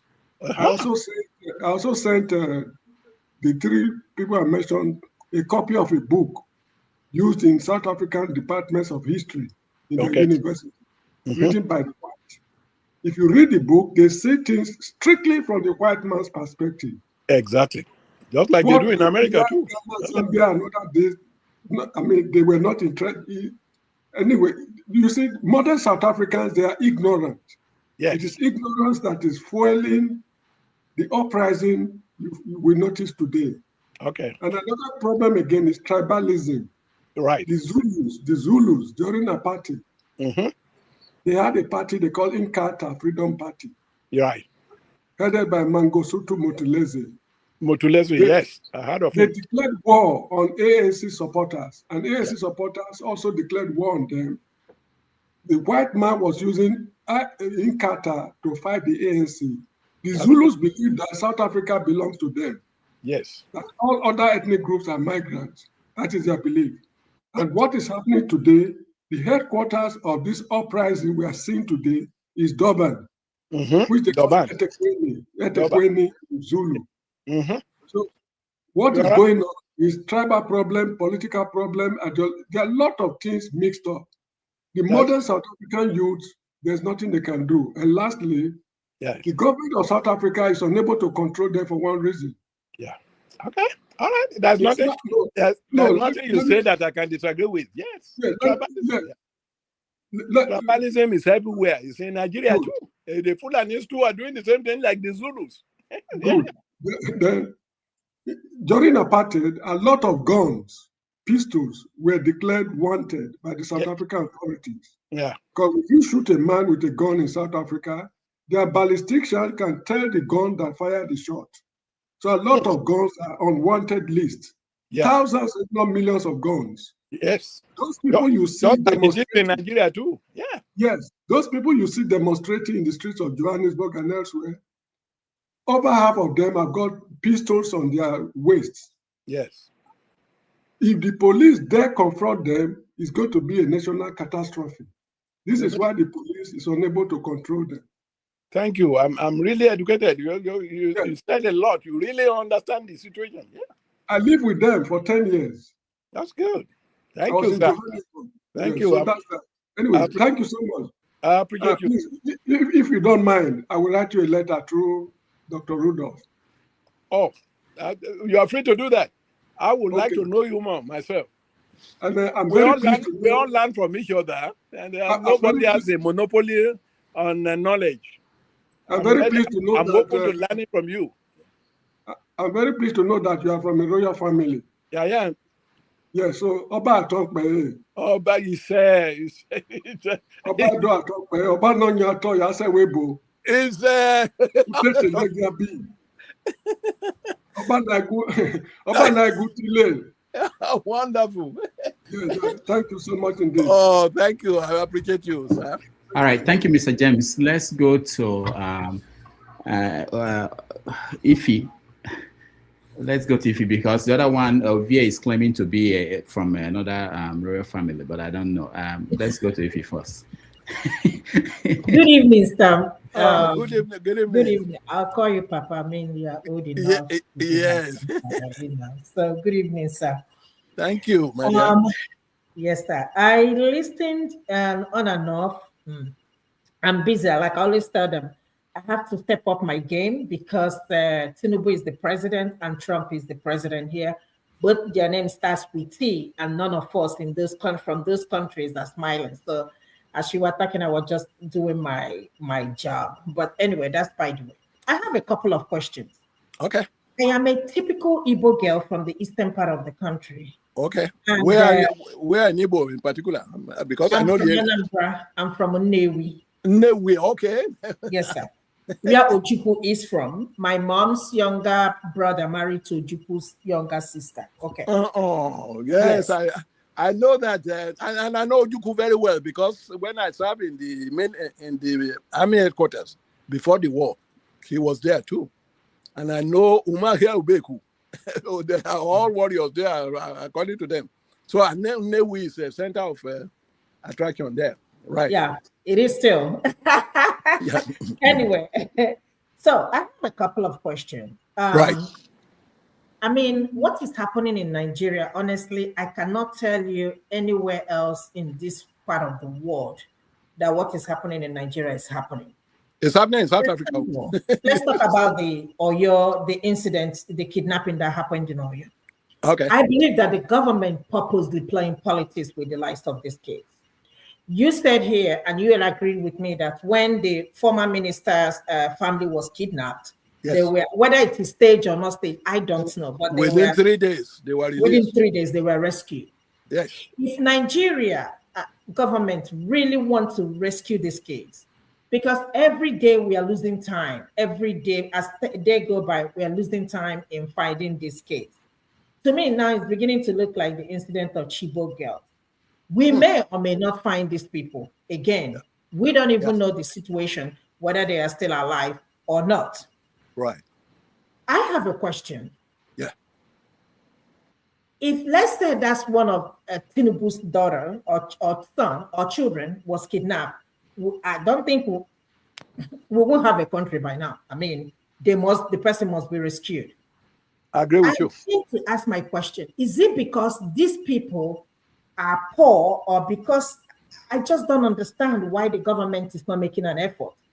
I have a problem that Tinubu has not even made a speech. I have a problem that Tinubu went to Jos and told us that he has only 10 minutes to stay. And you call yourself a president of a country, there is no sympathy. There is nothing like father-like figure in your life. Because as I'm talking to you from a point of emotion, because I'm frustrated. Right. I hate a situation where I get a call from Nigeria. The first thing I say, is everything okay? Is everything okay? Is everything okay? It shouldn't be like that. Right. When my sister calls me here, don't worry about that. I'll be like, what? Right. What? You know. But whenever you get a call from Nigeria or get a text from Nigeria to say call you, your heart will just skip as if something bad has happened. This is the country. You can't even travel by road.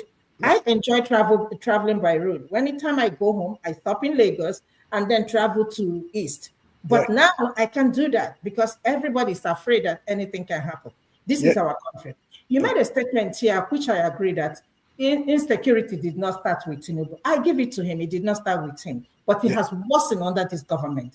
And it seems like this government is not doing anything. You know, every day you wake up, you know, you hear this issue of kidnapping in a country where a retired general was killed, kidnapped, and nobody said anything. The president did not say anything. Instead, Bayo Ononuga, who I call a parrot, I hate to say he's a stupid man, but I hate to say that, but he is a stupid man, who put out a statement and just brush it off, and we move on as if nothing happened.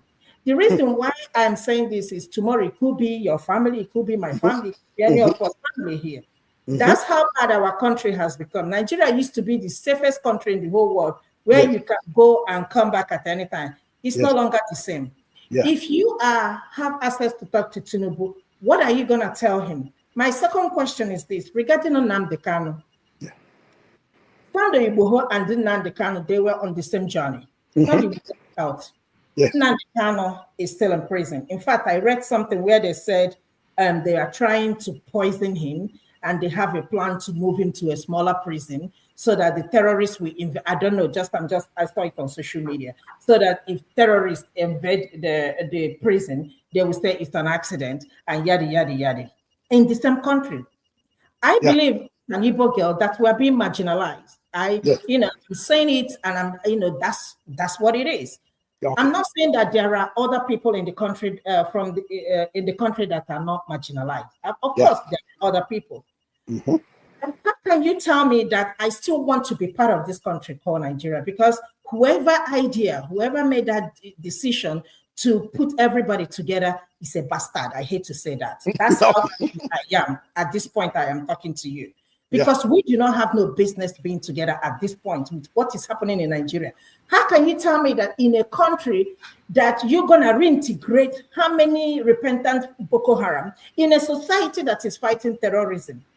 Well, I think you might live in America. I live here in the state of Georgia. Imagine catching a terrorist and you're going to, rehabilitate the person and put the person back in the society. What do you think you're doing? I heard what the Borno state governor said. These are our brothers. We've had the defense minister say that these are our people. So you tell me that I have to sleep with my eyes wide open, sleeping wide open with a machete on my hand just because I don't know when it's going to be attacked. What kind of country is this? Can you just explain this? Because I'm sorry, I don't think if I offended you, I don't mean to offend you, but I mean, just my frustration as a Nigerian. I understand you. There's nothing you have said that I can disagree with. Nothing. If you look at some of the articles I've written, I've made the same point that you have made. I agree with you in toto. especially with regards to Nnamdi Kanu. Now, left to Tinubu alone, I think he will release Nnamdi Kanu today, not tomorrow. But I think he's doing that to please some of his supporters in the north. And it's not right for him to do that. You cannot keep somebody. What has Nnamdi Kanu done? He said he wanted to protect his people. The same thing that Odumegwu Ojukwu did. And Odumegwu Ojukwu wanted to protect his people. What is wrong in that? So I agree with you that Nnamdi Kanu has no business staying in detention. If I were in his position, if I were his top advisor, I would advise him to release him tonight. Not even waiting tomorrow. Because if you are keeping it, you are not even trying him. The court, when they went to court, the court said they could be released. And we're living in a country governed by the rule of law. Why is this still there? I don't understand. I'm as frustrated as you are, my sister. So, but one day will be one day. We are going to get an answer. But we are putting pressure on him, on the Tinubu. I know him. He may not even remember me, but I know him. I'm putting pressure on him the way I know how. So that's not a word you have said that I can disagree with. We are on the same page, my sister. On the same page. And thank you very much for educating the rest of us who are listening to you now. Because it's not only good to hear it from one person, they should hear it from more people so that we know that there's a consensus on this viewpoint. Thank you very much. All right, thank you, Ife. Let's go to Vie, who today is called Olikotobia. I don't know what I mean. Oikotobia is pretty much the opposite of xenophobia. It's a situation where one is hating his own culture, his own town, where he comes from, what you represent. It's pretty much a direct answer to those who disagree with Okwabolo because he doesn't know how to speak English. They seem to forget that represents the majority of the Edo State people. So, and they want to see Obama-like figure who is pretty much constructed. That's not going to happen. So I see them as people who hate theft. Okwabolo represents everyone in the state, but they don't want to admit it. So that's what the name is about. Thank you, sir, for praising our president with your time. I have one question. I overheard you. Correct me if I'm wrong. You said that you refer to the Fulanis as not one of us. If that is what I just said they are not part of us. No. No, one of us. They are part of us, but not all the Fulanis from Mauritania, from West Africa. All those people who fought in Syria, Iraq, and Iran, and in Beirut, in Lebanon, all those people are in Gaza. All those people are not part of us. They are not part of. They may be Fulani by name, but I don't recognize them as part and parcel of Nigerians. That's so what constitutes us? Well, there were Fulanis. Sir Ahmadu Bello. Ahmadu Bello was a Fulani, the son of Usman Danfodio. We cannot separate those people from Nigeria. And that was the person to whom Lord Lugard, Felix Lugard, handed over Nigeria to. So there were some Fulani that are natives of Nigeria. I welcome those people. They are part of us. But for them now to make the quantum leap and then all Fulanis from the other regions to come and take over our land, I'm opposed to that. That's what I'm saying. Yeah, but I'm struggling to understand what you mean by us. Us, I mean, when I say us, I'm talking about Nigerians, generic. Nigerians as a whole.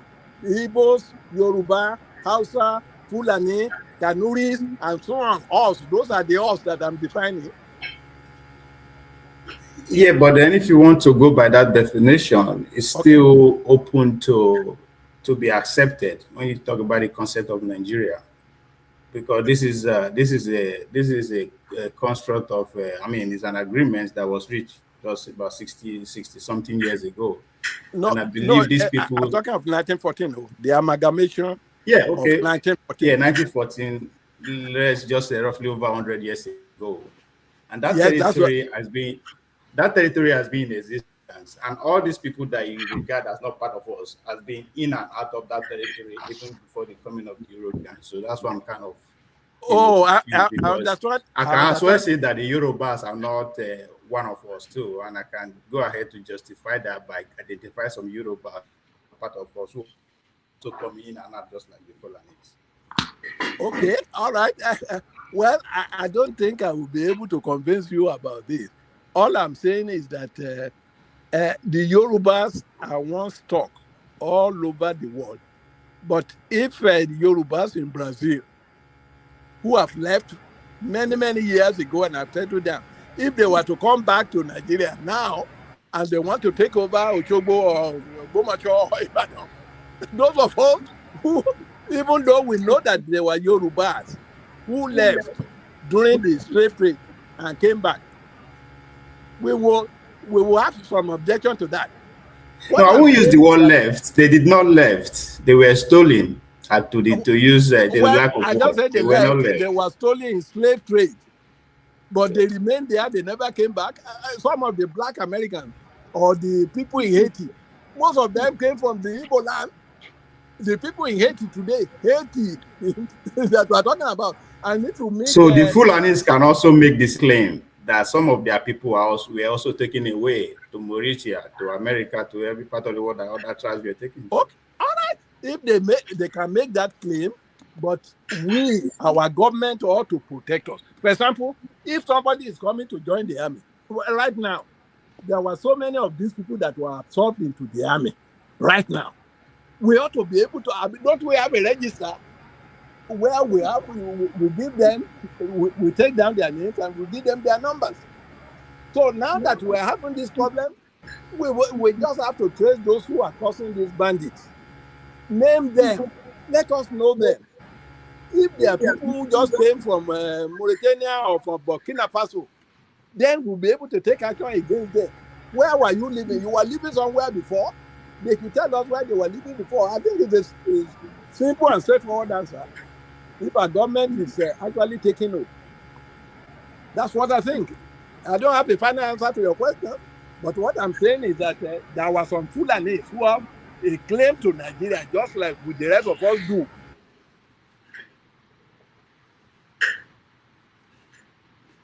All right.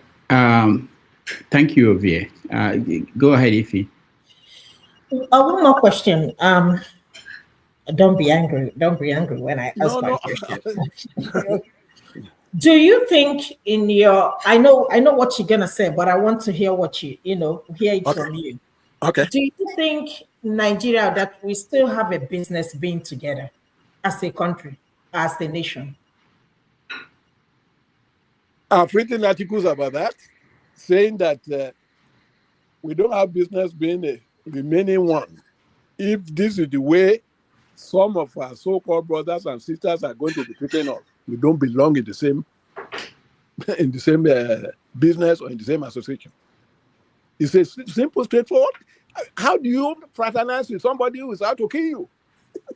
And the answer is simple. Somebody who keeps a 2-year-old child is being kept at a bush in Ogbomoso for over 30 days. Can you imagine the fate of that child, of that child now? Anybody who will do that to my people, to our people, cannot be our friend. Maybe they're friend to some people, but not to me.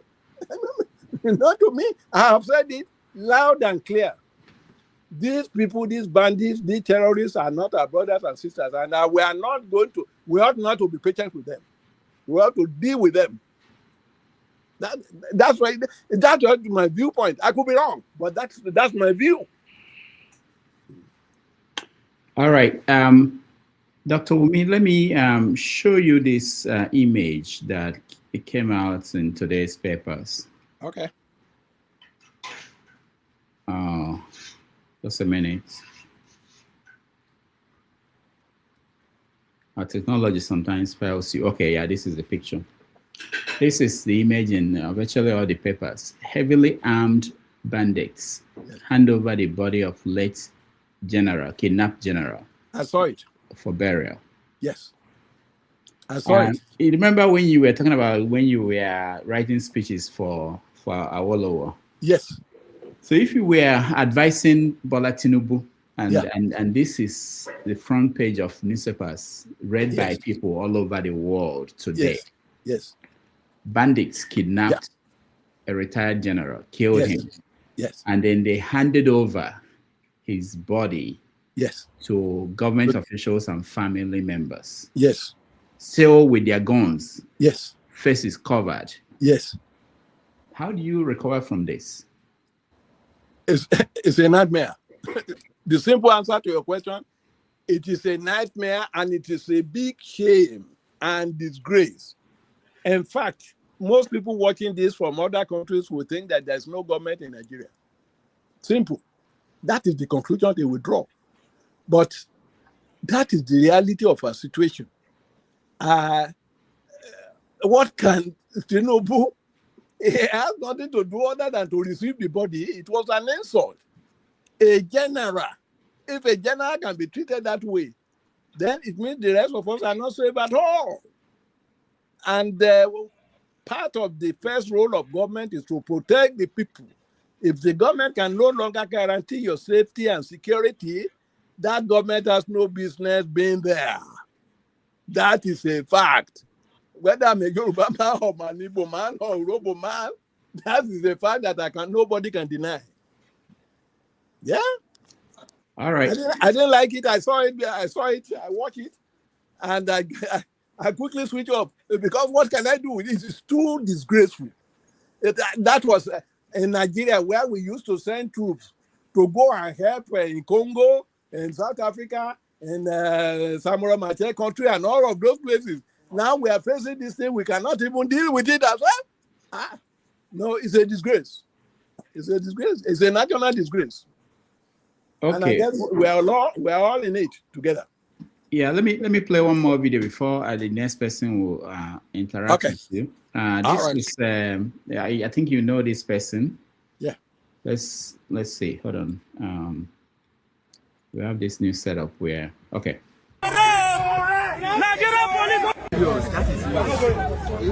Excuse me. Yeah.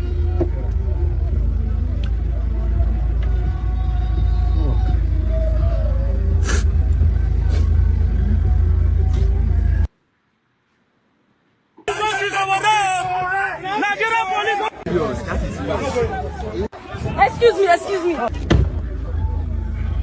Yeah. that was Shore. Did you see that video yesterday? Yes, I think I saw it. I saw Shore where he was meeting with Kwankwaso and some other thing. It's abominable. What the picture you are showing is abominable. It doesn't speak well of the government. And any government that does this does not deserve re-election, if that is what you want to hear. But before I draw my conclusion, we have to put together a laundry list: the bad, the ugly, and the good. And once we have that, the bad, the ugly, and the good, let us now, if the good are far more than the bad and the ugly, you can then predicate your decision on that. But what I'm saying is that, to be fair, you have to say what the government has done that is good, if there's anything at all, and say what is bad and what is fair. Let us know it. Once we do that, it will be easy. Decision making will be easy to do. Information is tool for decision making. I think it was Socrates who said it. Give us information. Part of the picture you have shown me now is an information that cannot be hidden. All that is happening, but only yesterday or this morning, all those people that were rejected in South Africa, the president sent a plane to go get them and bring them home. But bring them home is only one aspect of the problem. When they get home, when they get here now, what are we going to do with them? Are they going to let loose without any help? They have no job. They have no means of feeding themselves. The government has to show us what program they have to rehabilitate them like they are coming home. So I guess what I'm saying is that in fairness, and I know you, Rudy, you are very fair. When we used to work together, what is good is good. What is bad is bad. You say it. And that's why I love you so much. So let's do the same. Whatever good this guy has done, let us list it. Let's look at the bad things and horrible things, let's see it. And then form our opinion, and then let that decide who to vote for in 2027. Yeah. There's no way to, I cannot defend falsehood. No, I cannot do it. If you want to hear my opinion as a Yoruba man, I'm just like my grandfather. My grandfather in those days, when my mother is go to the market and fight with, he may have a fight and beat the people up and so on, and they will bring the whole thing to the palace. And my father will ask my mother, is it true that you beat up this person who came to complain? My mother will hesitate before answering. But the person he beat up will say, yes, he beat me up. He beat me up. Then my grandfather will ask, what did you do for this person to beat you up? And the person will say, he caused out my father. He said my father was an idiot. He said, what did you say back? He said, I told him that your father too is an idiot. My grandfather would turn to my mother and say, now you are angry that they call me idiot. If you are the one who calls me an idiot, why did you call this person? Why do you say his father is an idiot? He said that I'm an Oba doesn't mean that I cannot give back for children who may not know what to do. He said, you are at fault. He went to her face. He said, you are at fault. Then he will beg the other person and say, don't worry that my son or my daughter, I will take care of the complaint. And then he will try to appeal them and they will go away. Then he will call my mother to the house and said, you know you are crazy. You are very, very crazy. Is it the kind of thing you want to leave for your son, for your little son? I was there. So in a way, that man was the one who shaped my conduct. I cannot support hierarchy. I cannot do it. No, I want to speak the truth as I understand it. But you must tell me, you must show me why I should be angry with somebody and why I should not vote for that person. All I'm asking Nigerians to do is to look at the positives, look at the negatives. If the negatives are far more than the positives, then take your decision. And I will support it because that's exactly what I will do. All right. Thank you so much, Dr. Akintide. KJ, welcome to the show. Thank you so much. Thank you so much, Dr. Damages. Dr. Wunmi, yes. Thank you so much. Thank you. Good to see you again. Thank you. I've enjoyed all your discussions so far.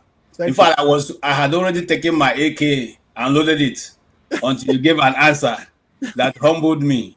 Okay. And what was that answer? You said to that other speaker that we are always learning, and you also have learned from him. Yes. That humbled me. There are many people who come to this program who think that they are the bastion of knowledge. They have everything. You can't tell them anything that they ever think they have not known. Once it's not their own idea. Anybody who thinks like that is a fool. Yes. In fact, some of us who have PhDs, when you are writing your dissertation, you copy notes, the thought of other people, you gather it together, you synthesize it, and so where you differ, where you are different from that person, and you present it. We all learn from each other. We all come from the same bakery. Yes, sir. That's what really humbled me, to see someone who has worked with the great Awolowo. Because those days when we were in secondary school, we were asked to go read Awolowo's speeches, read that of Aminu Kanu. Yes. And, write a text from what you have read.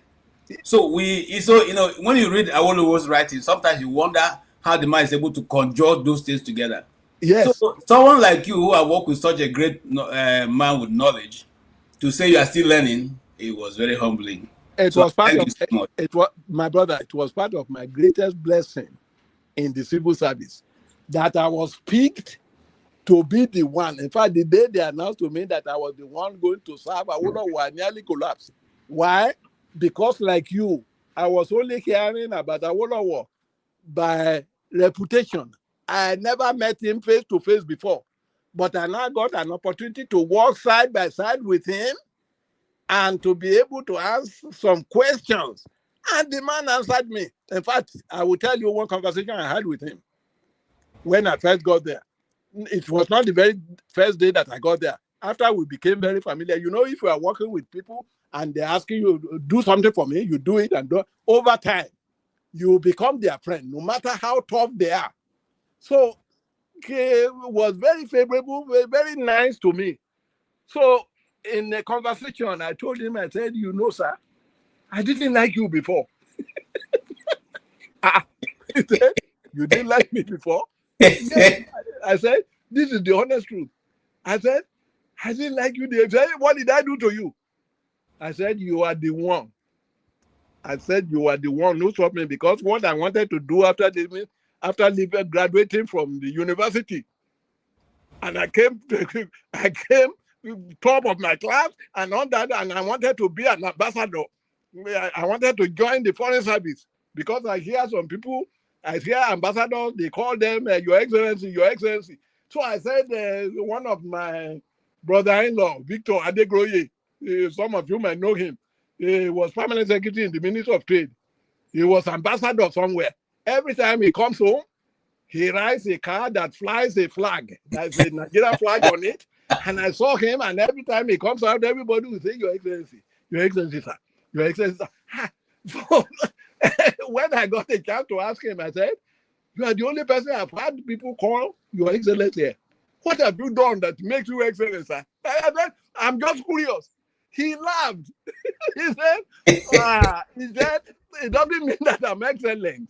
He said, I'm an ambassador representing Nigeria. And that the flag you see on the car, that is the flag of Nigeria. So I said, oh yeah. He said, it's not because I'm excellent. I said, but if that is happening to you, I want to be like you. What can I do to join the foreign service and become Your Excellency? Then he asked, he said, what did you read in the university? I said, it was law I wanted to do before. My father said the law that only crazy people do law, because lawyers are they are very dishonest people. Yes. They can kill you. So I said, okay, I left law. Then I chose to read history. Oh, he said history is all right too. He said, but if you have a chance to add international relations and do a combined honors instead of having only honors in history, he said that would be good for you. I said, is that all that I need? He said, yes. Okay. So as soon as I left, I ran to my father and told my father that I saw somebody today. It's the brother of my fiancée. We have not married then. I said, I wanted to be like him, because everybody called him His Excellency and so on. And he told me that if I can add international relations to my major, that it will be easy for me to become to enter the foreign service and become an ambassador. So my father told me, he said, I don't know how to do what you are asking. He said, but I will ask my cousin. And that cousin happened to be Professor Adepoju, Samuel Adepoju Aluko. Samuel Adepoju Aluko was a professor in the university at the time. And he happened to be related to the mother of my father. So he sent to Aluko. And he wrote a letter. He said, this is your brother. I don't know what he's asking for, but I know that you are a bookwoman. You can do whatever you wanted. So I took the note to Professor Aluko. It was Professor Aluko who helped me to arrange it, and immediately they allowed me to add international relations to history. That was why I ended up reading history and international relations at Ife. And as soon as I graduated, I ran the day the result was announced. I ran to Victor Adegoye and said, I have met your requirement. I'm now bachelor's in history and international relations. When can I submit my application? And he said, yeah, write it and take it to the commission. I gave it to him. And they called me for interview. And they took me. Wow. They took me. That I was to enter the Foreign Service on January 3rd, 1968. I will never forget it in my life. So I was getting ready to go to the Foreign Service. In fact, they even told me that I'm one of the people earmarked for posting to Poland. Wow. I was so happy. I said, oh God, as soon as I get to Poland, the first thing I will do is to learn how to speak Polish so that I will have 2 languages. I did all of that. Then about a week later, I just got a letter in the mail telling me that they said they are sorry. I cannot go into the Foreign Service because the war is on. And this is not the time to be sending diplomats and creating new missions when Nigeria is borrowing money to prosecute the war. And then you are opening missions. So I asked the person, I said, who said that? Then somebody told me that it was Ahoro-Esinele, the Minister of Finance. At that time, I had not served with him, or I've not served with him, but somebody told me that it was Ahoro-Esinele who told the Gowon. If Gowon is listening to this discussion, he will remember what I'm saying. Ahoro-Esinele spoke to Gowon and told Gowon that it doesn't make sense to be forming new missions abroad where you are borrowing money to prosecute war. He said, as long as I'm the Minister for Finance, I will not support that. And Gowon advised him. That's why I say if General Gowon is listening to this conversation, he probably will remember it. Gowon advised Ahoro-Esinele to speak to his counterpart in the Foreign Service, who happened to be Oyedokun. Oyedokun was the Minister of Foreign Affairs at the time. So Ahoro-Esinele spoke to Oyedokun, and Oyedokun agreed that all the people who have been selected, who were supposed to resume duty on January 3rd, will no longer resume duty as foreign affairs officers. They will send them to the Home Service. So instead of me going to the Foreign Service to be called Your Excellency, that was how I ended up going to the Ministry of Defense. They sent me to the Home Service, Ministry of Defense headquarters at Republic Building along Marina.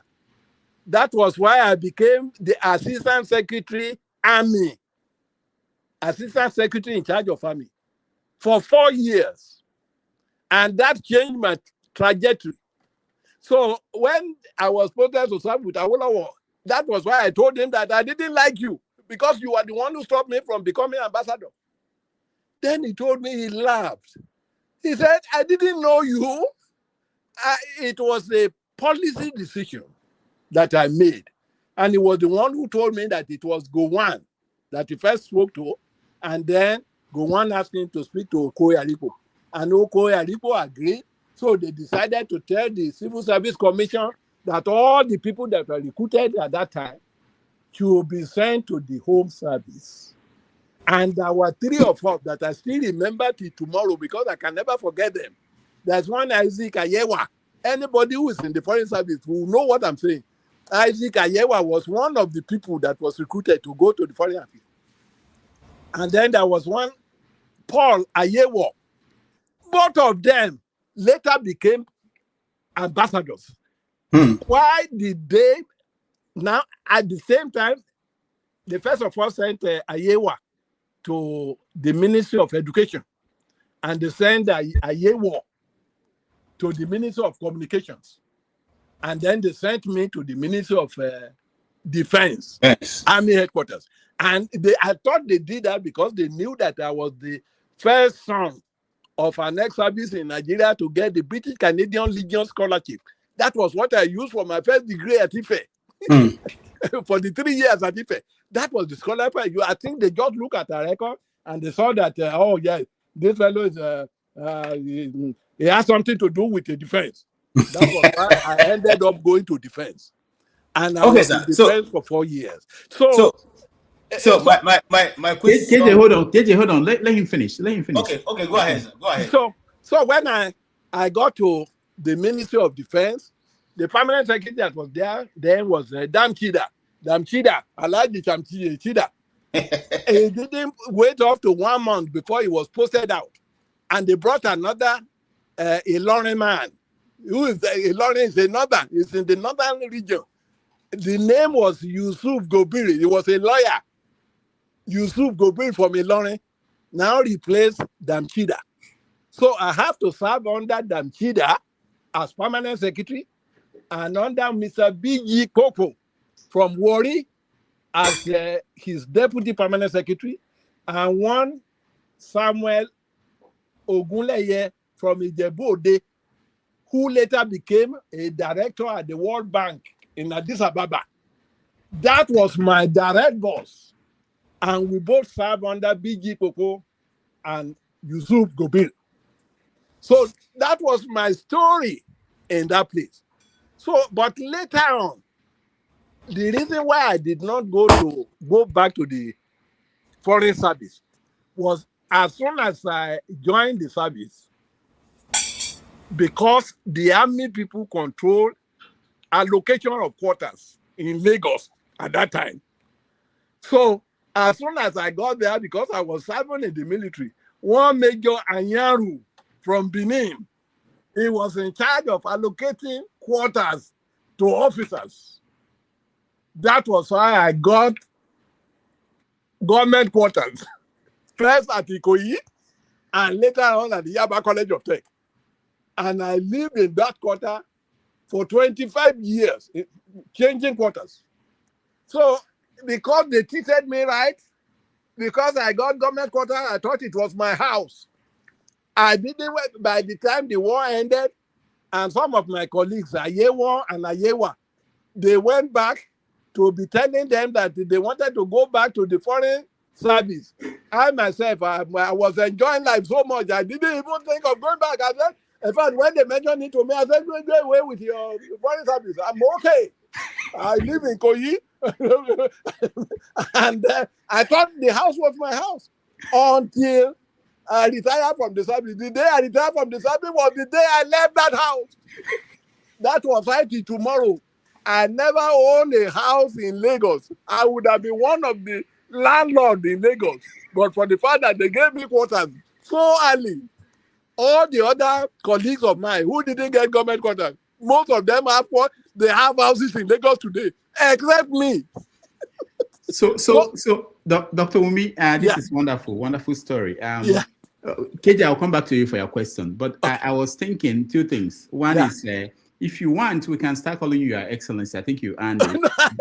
And we can put a flag of Nigeria on your car. If you want us to do that, we can come and do that in New York. But seriously, there's a question when you were talking and telling the story of your interactions with Awolowo, I was thinking, when you were with him, did he tell you about the policy, how the policy about this 20 pounds to anybody who had bank accounts from the Southeast? Did he tell you why that policy came about? I wanted to discuss that, but I didn't get the chance to really do it because I heard that he only approved 20 pounds for the Igbos, even if they have $1 million in the bank, and then they will give them 20 pounds. At that time, I used to have one Igbo girlfriend that I loved so much I could possibly have even married her. It was from Ifite Oraifite. Ifite Orifite. Because I followed her to the place. Ifite Orifite. That lady, I will save the name because I don't want to offend the husband right now. So I did go to Ifite Orifite with her. So I knew that was her home. Now, one of his brothers had more than 50,000 in his bank account. And he was only paid 20 pounds. And Vicky told me about that. I said, what? How can somebody do that? So I was going to raise the matter, but I never got a chance to really raise it, to be honest with you. But I got to know about the policy. How could somebody have $1 million in the bank? And because to say something, you should get, at least it should be on pro rata basis. If you have 1 million, you get this percentage. But to just say 20 pounds across the board, I thought that was wicked. That was really wicked. that was something I would have loved to discuss with Obafemi Awolowo, and they would have been honest with me because the guy is down to earth, down to earth. I will never forget him. In fact, that was the greatest luck I have in my life, to have worked side by side with that man. Yes. So that was what happened. I never raised that question of the 20 man, but I think it was unfair. Yeah. That was not good. Thank you so much. KJ, back to you. Thank you so much, Doctor. And I think you are really privileged because whether you love Awolowo or not, he was a great man. You know, whichever side of the divide that you are I love him more than I hate him. Yes, so I'm saying for whoever, you know, out there who does not, people are born great. You may not like them, you may not agree with them, but you can't take away what they've achieved. And that's the kind of person I am. I may not like everybody, but I respect what they achieve. You recognize their positive side. Yes. You are like me. We are twin brothers. Yes. Okay, so sir, my little question, because Rudolph just answered the one I want to ask about the 20 pounds. The other question is, we have a military in Nigeria. Yeah. And we have a government in place that controls the military and every other parastatal. Okay. I mean, arms of the military. Yes. But now, this same government goes to a meeting. And in this meeting, they are meeting with terrorists. Yes. And the terror chief comes with the uniform of a policeman. In fact, to be precise, an inspector who they had killed, taking his gadgets, wore it, came with his gun. Yes. And they were negotiating with him. And they finished having, they had dinner, they had lunch, they danced for them, and they went back. Then now, in fact, I want to put on record that we have lost more than 4 generals now in different ones. Now, a general died. Now, please follow my question. A general is killed in the field. And now the Nigerian media say that he died of complications because he didn't have medication. Now, then the same government that have the monopoly of violence goes to meet with these terrorists who came heavily armed. Yes. No question asked. Collected the body of the general and left it. Now, the reporting didn't tell us whether they brought his wife with them or they still had his wife in captivity. Now, can we honestly say that we still have an armed forces in Nigeria who is constantly losing their best and no action is taken, even when the government doesn't tell them to? Don't they have something to say? Is there no longer spirit of what do you call it now? Esprit de corps, whatever it is. Ekomorado is something like one for all for one. In other words, so what is really happening? How do you relate what's going on? If I can answer your question. Yes, sir. The people reporting what happened now, that he died because of other complications, they are not telling the truth. But there's no way you can hide the truth. Someday, maybe 10 years from now, maybe 5 years from now, maybe 20 years from now, the truth will come out, but it will be too late at that time. But it doesn't add up. When they said he died of other complications, I think they are too ashamed to agree that when we still have a government in place, that this kind of sordid affair could be happening under their nose. It was for too much for them to confess to. That was why they had to gather some nonsensical information and feed it to the public. Yes, because I saw a whole lot of things as the undersecretary in charge of army. In fact, I saw so much, even about the war. I'm talking about the Abagana disaster that was led by Murtala Muhammad himself. Now, in the official document, they document what really happened. But for the people who were there on the ground, the government will not let the secret leak out. For instance, part of the thing I got on the record, I think I could say it now because it's so many years after the Civil War. There was a point that the Nigerian military came to the idea of using cows. They get cattle, they fly cattle from the north and they allowed the cattle to go in front of the people with guns, with soldiers with guns. That was because at that time they heard that the Biafran troops had manufactured Ubunugwe bomb. Ubunugwe, they call it. Now, it was very, very effective. And it killed so many people before it dawned on them to do what I'm now describing, which was documented in the secret papers that I had privilege and privy to read because of my position. Now, what happened was that they felt that it was a very crazy suggestion to say, okay, let's import cattle, and let the cattle go in front. The cattle will go in front and detonate the bomb, Ubunugwe. And instead of killing the soldiers, it is the cattle that would die. And so many cattle died in the war. Of course, many of them were eaten by Biafran soldiers who have nothing to eat. They thought they were solving a problem. They did solve the problem, and the cows did detonate some of the bombs and kill them, and they ate them up. And then the soldiers will follow after them. It was a terrible disaster for Nigeria. And that particular arm was led by Murtala Muhammad, who later became head of state. Yes, we can talk about this now because of the question you raised. So a lot of what is happening, they won't let you know the actual truth, but you can't hide truth. The truth is like light.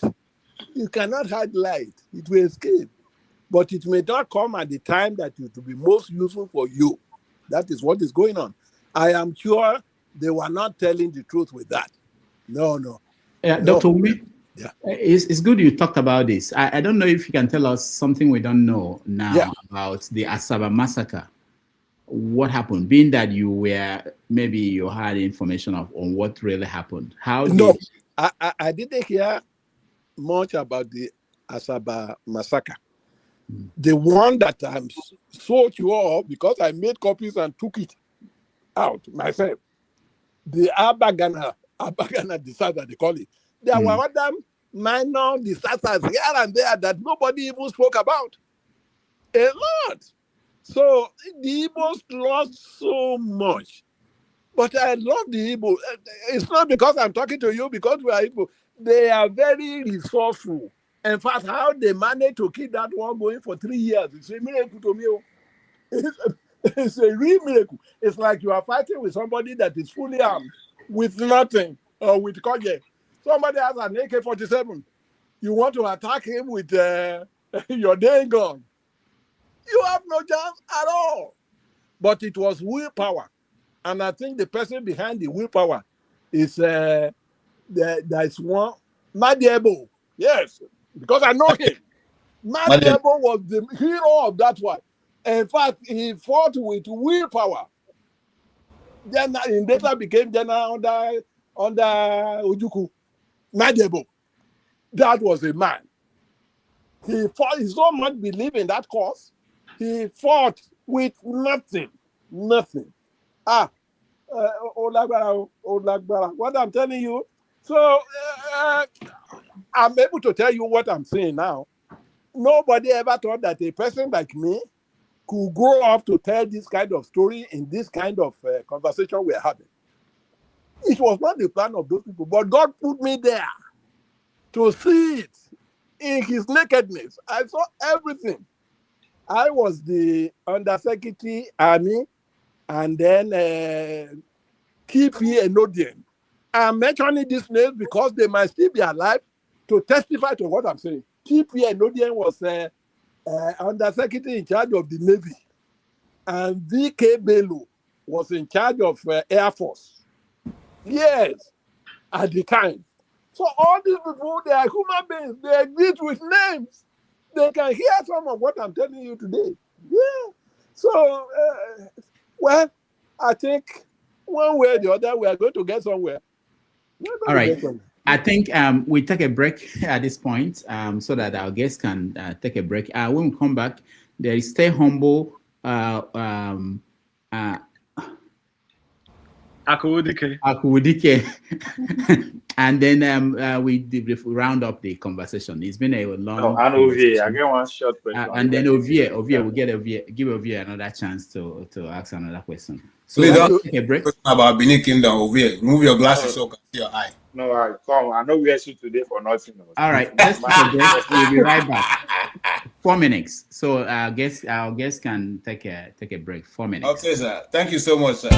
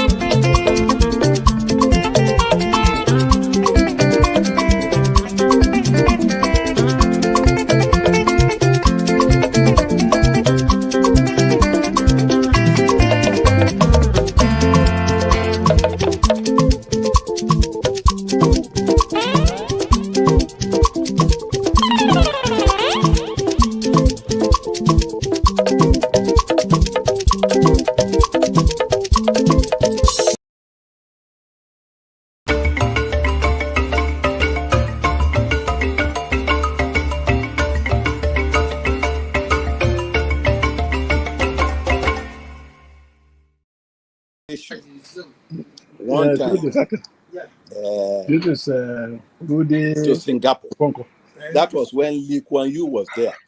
In fact, I never knew that Lee Kuan Yew ever came across Awolowo. But I later learned that Lee Kuan Yew was a classmate of Awolowo, and they did some courses together at the London School of Economics in London. So Lee Kuan Yew and Awolowo, they had a few things in common. I think while they were studying in England, they both decided to transfer what we call the transfer of technology. Some of the things that they learned in England, they wanted to go back to their country and repeat it. And the two of them, out of so many other leaders of Africa, I think you can add Kwame Nkrumah to that list too. And some of the independent leaders of Africa who studied in England. But I know the three of them. Kwame Nkrumah, after leaving, I think, Lincoln University in Pennsylvania, went to Manchester and was for many years in England. And it was from England that he returned to Ghana. He wanted to do everything that was good in England. He wanted to transfer that something to his own country. The same thing with Obafemi Awolowo, and the same thing with Lee Kuan Yew. Now, I was saying that Lee Kuan Yew was allowed to rise to leadership in Singapore. Awolowo tried over and over again, but he was never allowed to rise there. And that was because the Hausa Fulani and the Igbos, because that is the order, they both conspired, ganged up against him, and made it impossible. So the only thing he could become was leader of opposition. And even when he became leader of opposition, he took it, hoping that in the next election, the opposition might be able to win. But that became impossible. Now, the question I ask myself is that when you have three people contesting to be president, you have Nnamdi Azikiwe, Ogbuefi Nnamdi Azikiwe, you have Obafemi Awolowo, and you have Shehu Shagari contesting to be president. And that presidency went to Shehu Shagari. There has to be something wrong with that country. I am not saying because I know Shehu Shagari was quite a decent man. But when you talk in terms of education and experience in government, I don't think he had anything near close to what Nnamdi Azikiwe and Obafemi Awolowo. All right, that was the last time you were on the show. You said a lot of things. There was one that we've been playing that I want to play for you and get your take now on. Let me play a little bit of that. That's a great question. I don't know what is wrong with them all. I don't know what is wrong with them. Somebody asking for where you do your course and you are sure you did your course there. I agree with you. But a lot of what we hear, because you didn't hear this direct from Tinubu, because you know lawyers are very funny. Sometimes lawyers will say, you must not say this. I mean, you know what is happening to Donald Trump right now? Donald Trump that guy is walking himself to jail. All right. So about Donald Trump, your prediction that he was working his way to jail. What happened?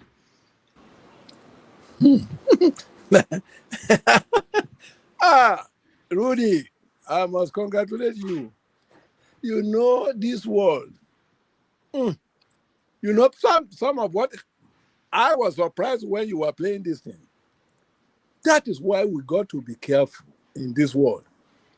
Anything you know, anything you say, we live in a country where they say if you see something, say something. I've even forgotten all these things that I said, though. What to bring out there, but look what you and all this. Oh my goodness. And that's why I want us to be careful. I congratulate you.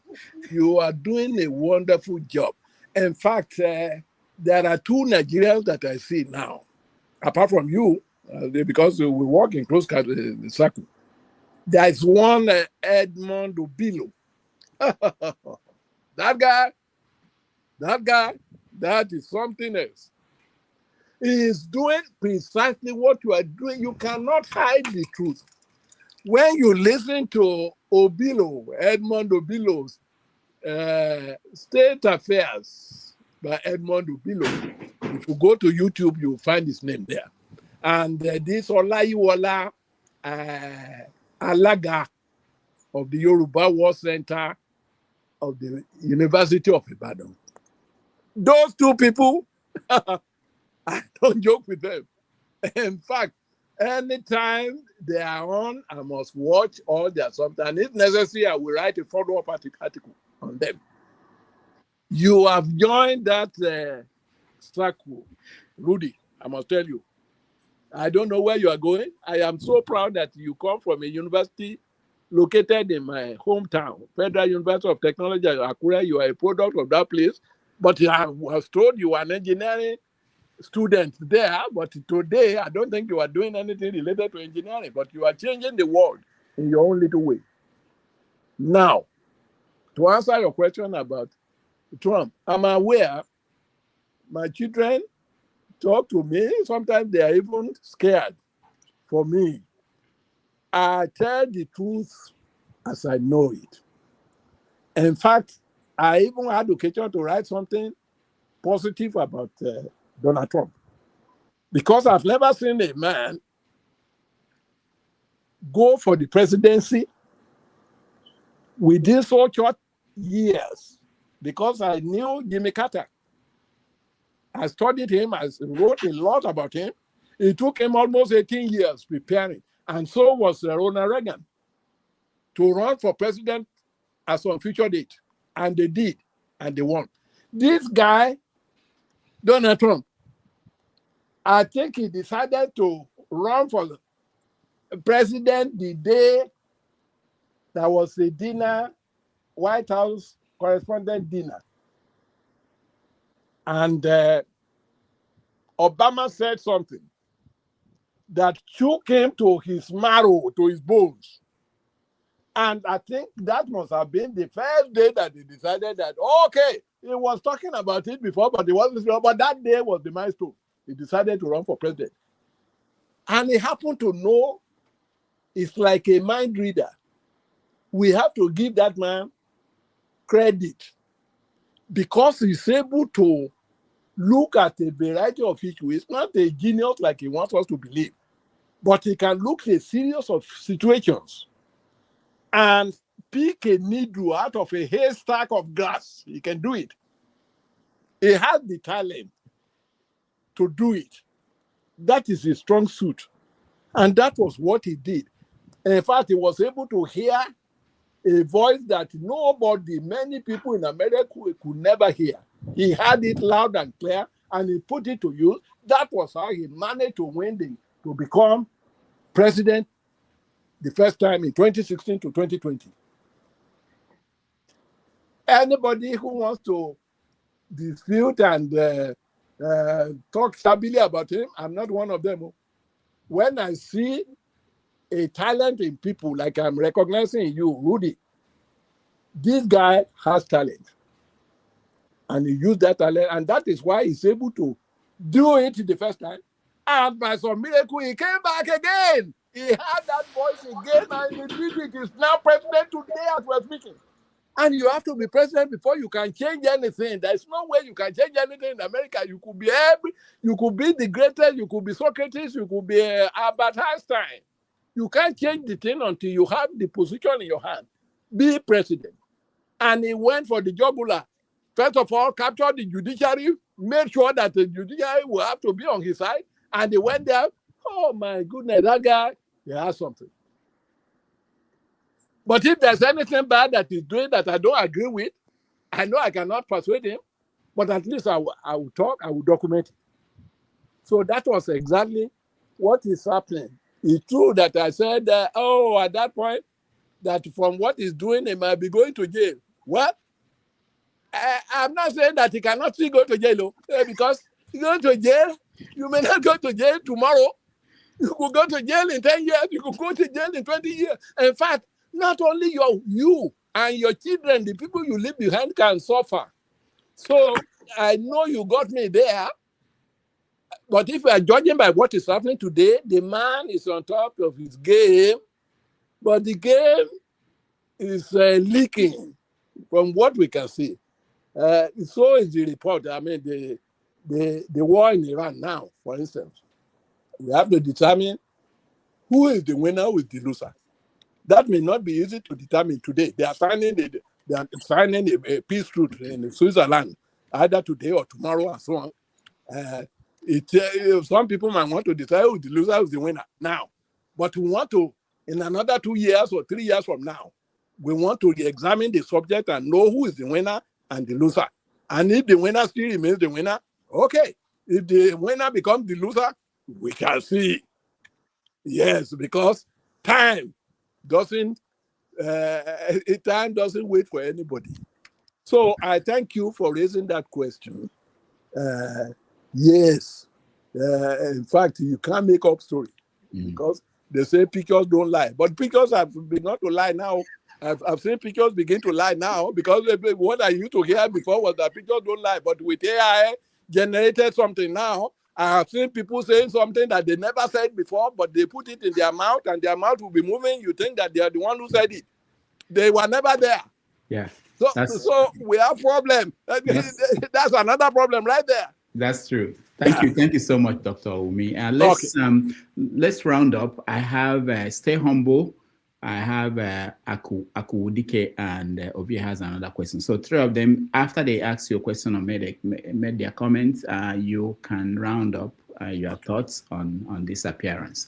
So let's go to Stay Humble. If he's still with us, Stay Humble, you're next.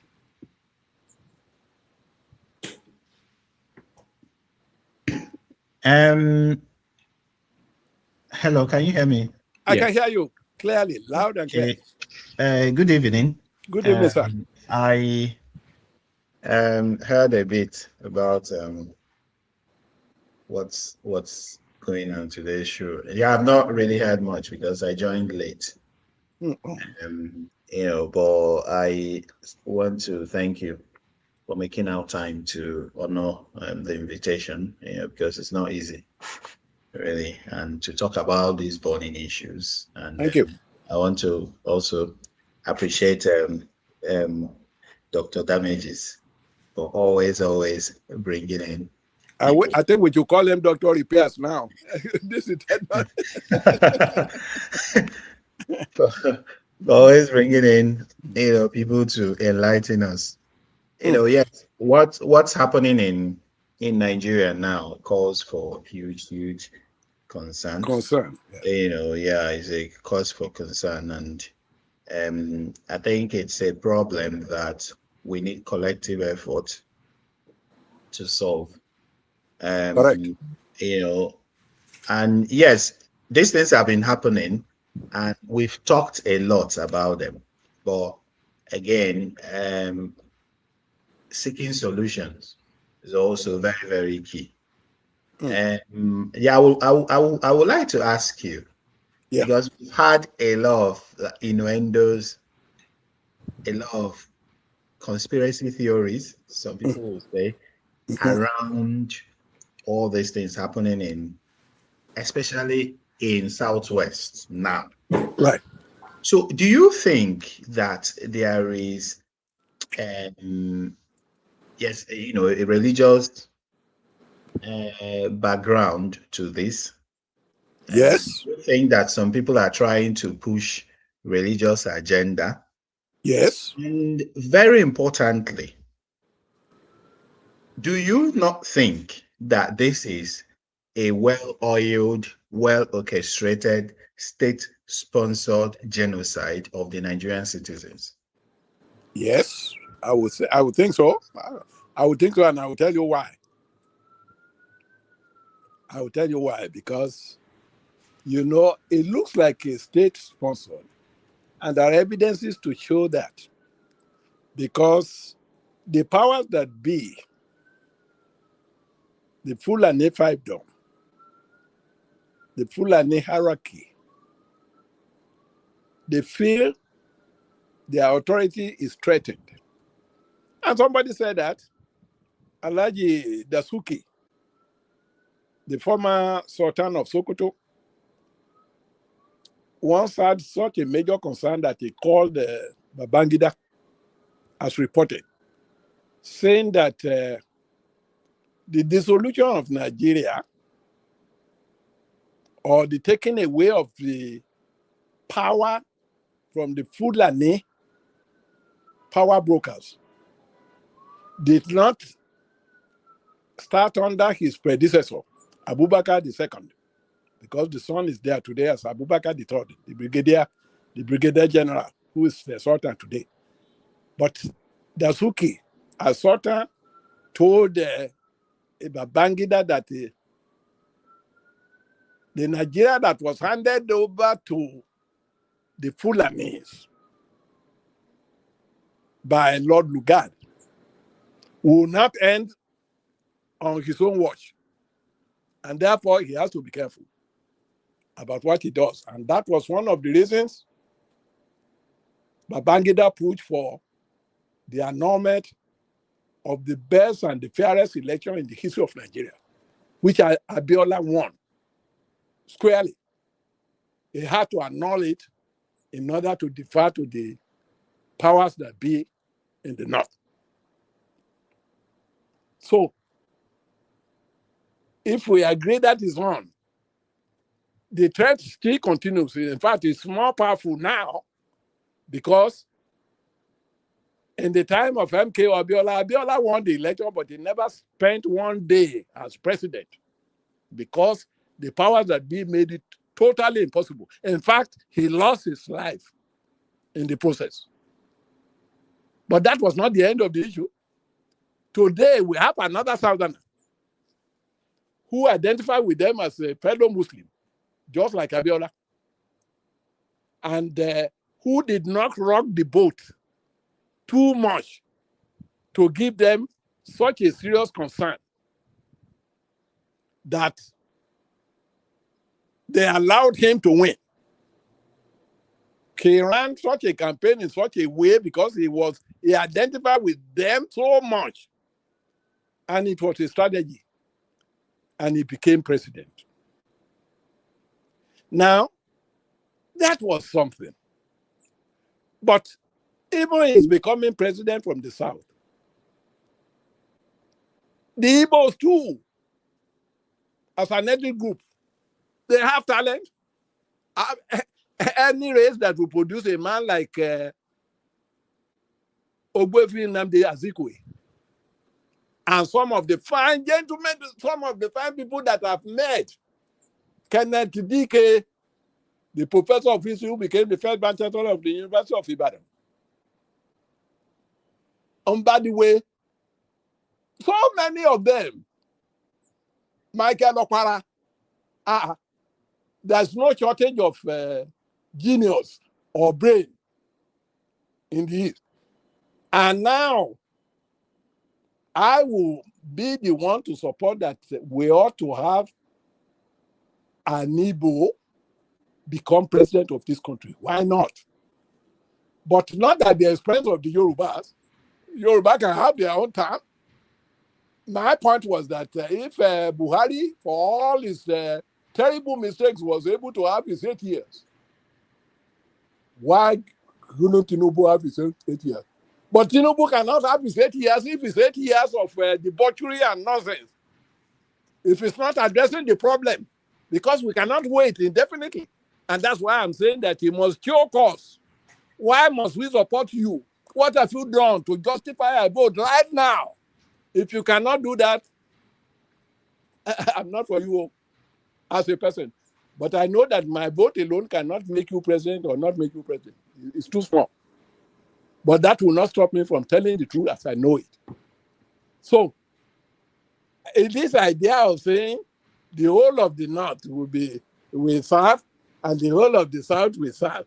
And in the North, where you are Muslim like them, they are going by their Islamic hierarchy. Anything that the Sultan says is final. It used to be final, but the North doesn't realize now. The old North that we used to have during the Sardauna Bello era is no longer the same North. There's no unity there anymore. They don't speak with one voice anymore because people are saying the light. The Kanuri people want their own slice of the pie. And so are the Benue Plateau people. Yes, right now. Even the Hausas have woken up from their slumber. So the unanimity with which they were speaking before no longer exists. We ought to know that. So it's going to be difficult, you know, because the last sultan to have the unanimity of the power brokers in Nigeria was Abubakar II, the father of the current sultan. The moment Dasuki was removed and replaced by Muazu, another person, and nothing happened by Abacha. Nothing happened. He killed that consensus they used to have. It no longer exists. And that is the way it's supposed to be, especially now that we have embraced the presidential system of government. When you embrace presidential system of government, you cannot continue to do things the same way or make sure that it's only one ethnic group where they will continue to dominate forever. It doesn't work out like that. Of course, we embrace the presidential system without understanding the nitty-gritty of what we embrace. We don't even have the discipline and the maturity to run a presidential system. I know America, there's corruption that's probably here too, but they still have some modicum of discipline and maturity to run such a place. For example, this is the first time we will have a president in America who will say, no matter what the public say, I'm going forward. No.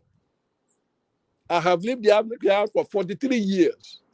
The America that I thought I knew is not the current America that we're in. And this phase will pass. It's going to pass. It will pass.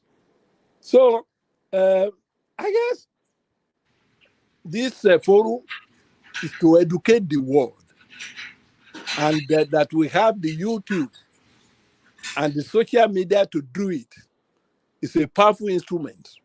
And that's why I see people like Rudolph Okonkwo, people like Edmond Ubilo, people like Olayiwola Alaga. And there are many like that, whose names I cannot remember right now, but those three I know. But the person I know best is Rudy Okonkwo, because we were at the Sahara studio of New York together. I was the oldest person to go out of retirement, and I said I wanted to serve under Omoyele Sowore, who is old enough, who is young enough to be my son. But I saw something in him that many people did not see, and that was why I offered to go work under him and serve, volunteer under him, pro bono, without charges, anything. I didn't receive a couple. I didn't know even whether people were paid. But I believe in his cause. I believe in what the man was saying. Even though we don't agree on every issue.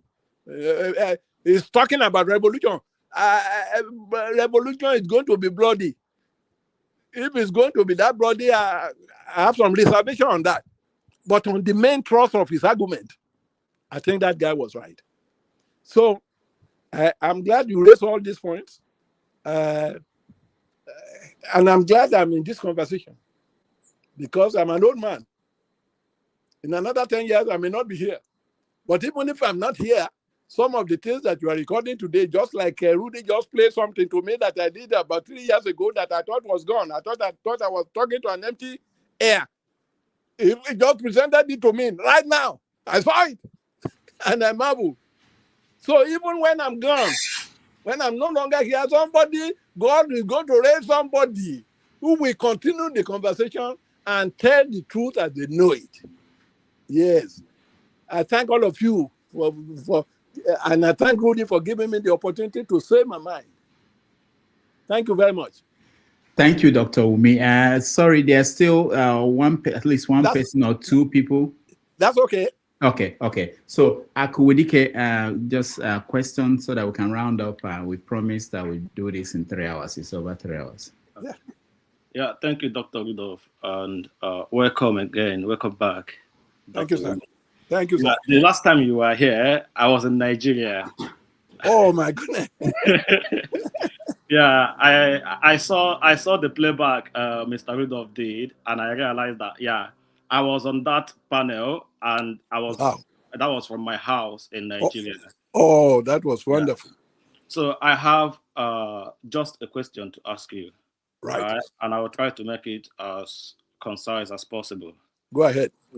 On the 25th of August, 2016, right, the Trent media in Nigeria published a news article.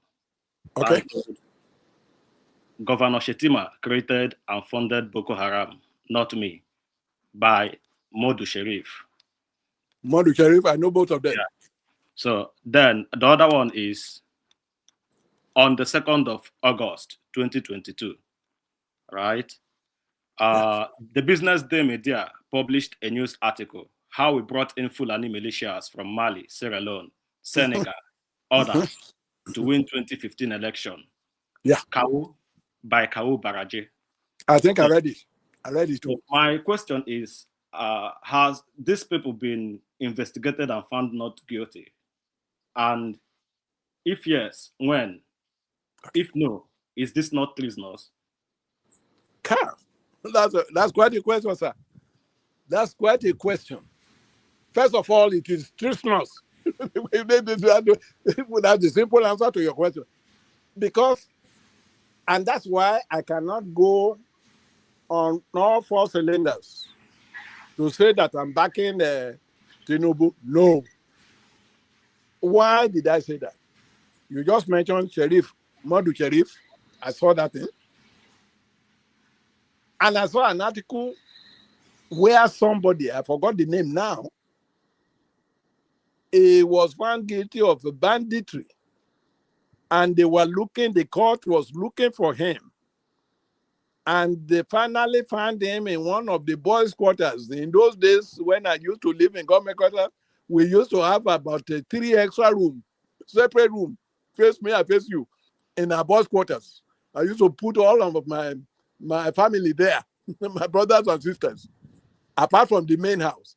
So I guess that was the boys' quarter of Shetima when he was a governor or something. It was somebody very important. And they traced that bandit there. They traced him there. And so far, I don't think... Abiru Sokoto? Yeah, okay. Right. I think they traced him there. What would that person be doing in such a place? And how on God's earth can Shetima now say that he doesn't know anything about that person who ended up in his boss quarters? How? That is indefensible. That is indefensible. But he still went ahead and he's still vice president of Nigeria today. There must be, if we want to open all the closets, we are going to get into trouble in Nigeria. So it will get to a point that, but not all of us can be silenced like that. For example, the question you have just raised now, nobody can silence that. It's a very valid question, very legitimate question to raise. And if you don't raise it, the generation of your children and mine will raise it, whether we like it or not. So it's better to come clean. There's something there. There's something there that we still to know what is happening. And maybe the hands of Tinubu himself are tied. But I thought what Tinubu was doing was that if you don't have the power in your hand, you cannot change anything. But you have the power in your hand now. And that's why I want to see, within the 4 years you have been there, what have you changed in black and white? We want to see it and see if it's something we can agree with, and that will determine whether or not you get our support in 2027 or not. That is where I am at. I don't know where you are at. That is my position. That is my position. But your question is very loaded, and I thank you for raising it. All right. Thank you, Akwodike. One last question from Ovie, and then you give us your final thoughts. Ovie, go ahead. Yeah, so I really want to appreciate you today. I think it's a KRS-One that said that if older people don't listen to younger people, they become slower in the older world. And if younger people don't listen to older people, we become slower in the younger world. But when younger people decide to listen to older people, we become faster in the younger world because they have advanced knowledge. And when older people to listen and learn from young people, they became faster in the older world because we have new knowledge. And sir, you are a great example of that. With your age and your recollection of your memory recollection and sharpness is something I shoot for. That at your age, I should be this sharp. So thank you. And Dr. Dameji, thank you to also be an example, regardless of how likely the attack you reach. I'm learning for you every day. Now, thank you so much. I would have said Nzobu, that would have Nzobu, in the university in those days. I used to join. I ran in the student union too, so I'm a little bit involved in the student union politics, but not as much as people like Omoyele and the rest of them. But I knew something about that too. You raising a valid point. I thank God that I still have the memory. I still have the memory to be able to connect with people like you and discuss something intelligent with people like you. Because I'm getting older. I know myself. I feel it to my bones that my IQ is not as sharp as it used to be, but I still remember a lot. And that little lot that I remember, I want to share with people who know. So that one saw doing, one saw doing, like they say in Yoruba land. You give a tip of it, and those people who know how to enlarge it and make it something will do it. So that is my assurance, and that is why I never hesitate, as long as my head is holding on, to really put something in writing or join this kind of conversation to help our people know the truth and then be informed enough to be able to take reasonable decisions. Because information, like Socrates said, is tool for decision making. I'm in this business to share information with the rest of the youth of Nigeria. And I know many in my age group who are doing it. And I say the more, the merrier. Thank you. All right, sir. So the little question I have is that from what you can recollect, for little you can remember during the Civil War, what do you think the role of MI6, MI5, and the CIA play during that period? I ask this question because I want to believe when you were serving as a secretary, you were in your early 30s or now. And at that time, most of these military guys, the general, the war front generals, they were also in their late 20s, early 30s, maybe at best, early 40s. Right. And I argue that they have little knowledge of the nation state work as at that time or geopolitics. So I believe there's a lot of influence from the Washington, D.C. and City of London. So what can you recollect about that? Okay. Let me thank you for raising that question. You know, I had two options when I was finishing at the University of Ife, when I was graduating from the University of Ife. I had two options, two jobs that I wanted to get after graduation. The first was to enroll as a soldier, as a second lieutenant, commissioned second lieutenant. Why? Because my own father, Samuel Akintide, Sergeant Akintide, was He was a foot soldier in the Second World War, 1939 to 1945. And it was because of his service in that war that qualified me to participate in the British Canadian Legion Scholarship that was advertised in 1963 around March. And I finished HSC in December 1962. And I was teaching at Olofin Grammar School in Idore. How did I get to Olofin Grammar School in Idore? I've never been to Idore before, but there was an Idore guy, Idore politician and leader. The name was Chief Akindeko.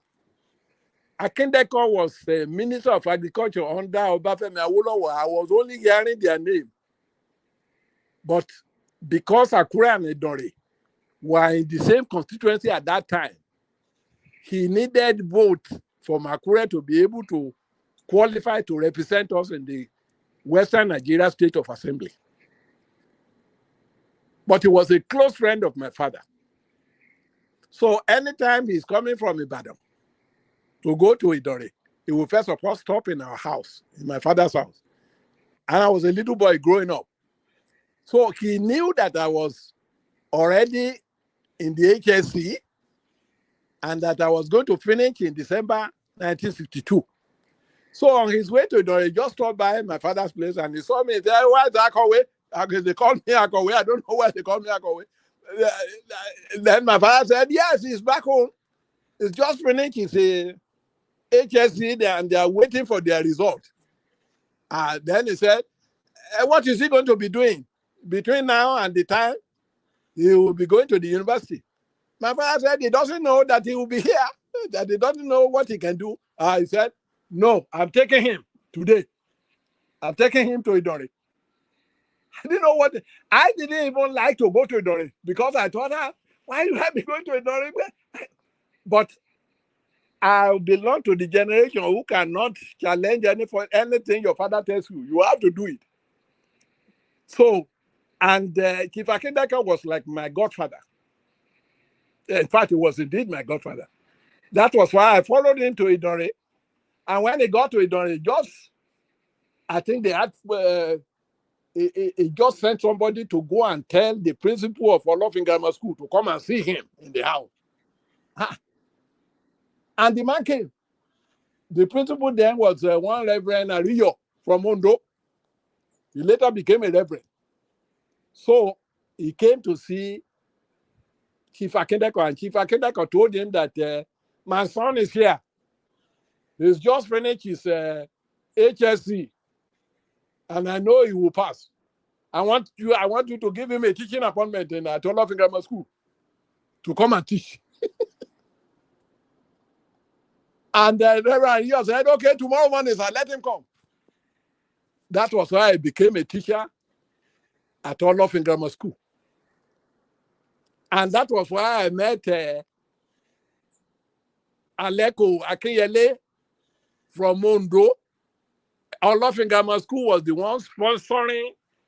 one going to sponsor him to go to University of Ife. In the meantime, I was still waiting. I didn't know. My father could send me to the university, but I was still waiting. It was around that time that this scholarship advertisement came from British Canadian Legion. And they said they wanted to give scholarship to children of ex-servicemen who served in the World War, who are bright, who are very bright, but may not have enough money. My father said he has enough money to send me, but there was a principal, is now Chief Ruben Famuyide Fashoronti, who is now 100-year-old. The guy used to be a principal of Ijutagbolu Grammar School.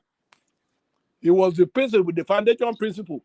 He was the one who saw the advertisement for the scholarship. And he knew that my father served in the military. And he made a paper cutting of that announcement. And he brought it to my father. And told my father that I know that your son is in the same HSC with the last born of my mother. That is Rachel Fachonoti. Rachel Olatubosun Fachonoti, who is now today the wife of Samuel Oluyemi Falai, who ran for president against Obasanjo. Yes. That guy. The sister of the youngest sister of Fachonoti is now the wife of Oluyemi Falai, who is now Kabiyesi, the Oluabo of Iluabo in Akure local government. So that was why the man came to know that I just finished HSC and I'm getting ready to go to the university. So he persuaded my father. He said, please, let this your son apply. My father told him, no, I'm only a sergeant. How can they leave the son of a major general or the son of a colonel or the son of a major and come and give scholarship to the son of a sergeant? No, it cannot be like that. They said they wouldn't consider my son. Chief Adjutant said, no, don't say that. He said, if you don't play lotto, you cannot win lotto. Let this your son apply first. You don't know the luck that he brought to this world. That was why he persuaded my father, and my father said, okay, if that is what you said, I will let him apply. And I applied. And then they did the interview in Enugu, they did in Kaduna, they did it in Ibadan. And they got 15 of us, 15 candidates. Out of those 3 interviews, they sent us to Lagos to go and do the final interview. We did the final interview in Lagos. It was a collective interview. The 15 of us were sitting together. And then they were asked, number one question. If we say so, then they will have number 2. When I knew that was what they were going to do when I got there, I decided to stay in the middle because I was afraid that if I was in the extreme, I would be the first person to be answering that question. And I want to be sure that even if I don't know the answer to the question, if I hear the answer given by somebody, I can wangle my way and be able to say something. So I sat in the middle. But one thing that saved me, I went for that scholarship. I answered all the questions. But there was one thing that made me special. Before I left home, my father told me, as I'm talking to you, I'm looking at the picture of my father in army uniform in the Second World War. My father told me, he said, this scholarship interview you are going to in Lagos, I've never been to Lagos at that time. It was my first time of going to Lagos. So they had to send somebody to accompany me to Lagos. I don't know how to move in Lagos. So we went to Lagos. But before I left, my father said, there are some people who might attend your interview, who are not even the children of soldiers, but who might claim to be the children of soldiers. He said it's quite possible that when you get there, they might ask you, can you show us proof that you are really the son of an ex-soldier? I did not even think about that. So I said, what would I tell them if they ask that? My father said, okay, wait, I got some medals. So he went and gave me his medals, all the medals he got as a sergeant. He gave me the medals and he gave me the number, the registration number. So I took that thing and went for the interview. You know, after they finished the interview, the last question they asked was that, yes, we thank you for coming for this interview. Please, do you have any proof that your father actually served as a soldier? Oh, my goodness. Of all the 15 of us, not one. I was the only person who said, yes, I have a proof. And then my father gave me his military number and some of the medals he received as a sergeant. And I gave it to them. They passed it on. There were 4 of them. There was a white man there. They passed it on among themselves. They said, I should stay apart. They said, sit down. we need to talk to you. That was the first thing that gave me a clue that I might be the one getting the scholarship. In the final analysis, the only one scholarship that went to Nigeria in 1963, I was the one who got it. And that was the scholarship I used to graduate from Obafemi Awolowo University. And because of that, Agbazikaine, who later became a general, he was a major then, he used to tour all the secondary school looking for people to recruit into the army. He came to Oyedokun Grammar School where I was, and he said they are looking for recruits. Then I told them, I said, I'm the son of a soldier. I said, really? I said, not just the son of a soldier. I want to go to the university. I said, you don't have to go to the university. You can come to Jaji to train, and you will become a second lieutenant right away. So I wanted to go. I wanted to go and become a soldier. So I went to my father. My father loved it. Yeah, he said, yeah, that's a good thing.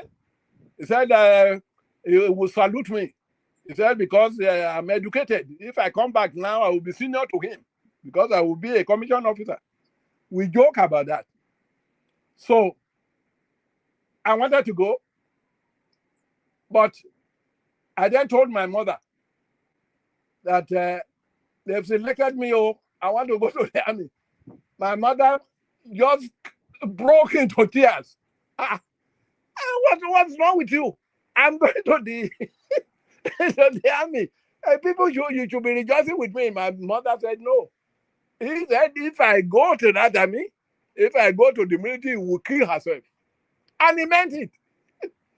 And I'm the only child. I'm the only child he got. Now I don't have a brother, I don't have a sister. That was how my mother persuaded me, because I didn't want my mother to die. I love her. So I said, okay, instead of you die, I will not go. And that was why I decided to pursue becoming Your Excellency, the story that I narrated to you not too long ago. So that was, it was a long story. So, your life, as I'm talking to you, your life, you never know. You never know what may happen to what God has in stock for you. All of you listening to me, let God direct you. It was God that directed me. Because if I had gone to the military like my mother wanted me, my father wanted me to go, but my mother didn't want me to go. And my mother told me a story because I was trying to find out, why don't you want me to go to the military? My mother told me that there was a proverb in Igbo. Some of you might remember it if you are Igbo.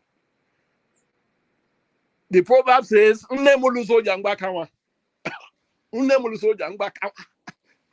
does that mean?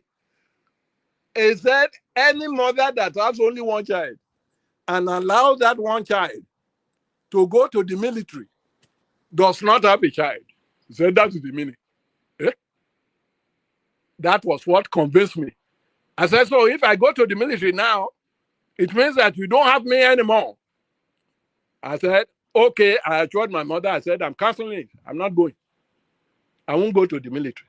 I will go to the foreign office.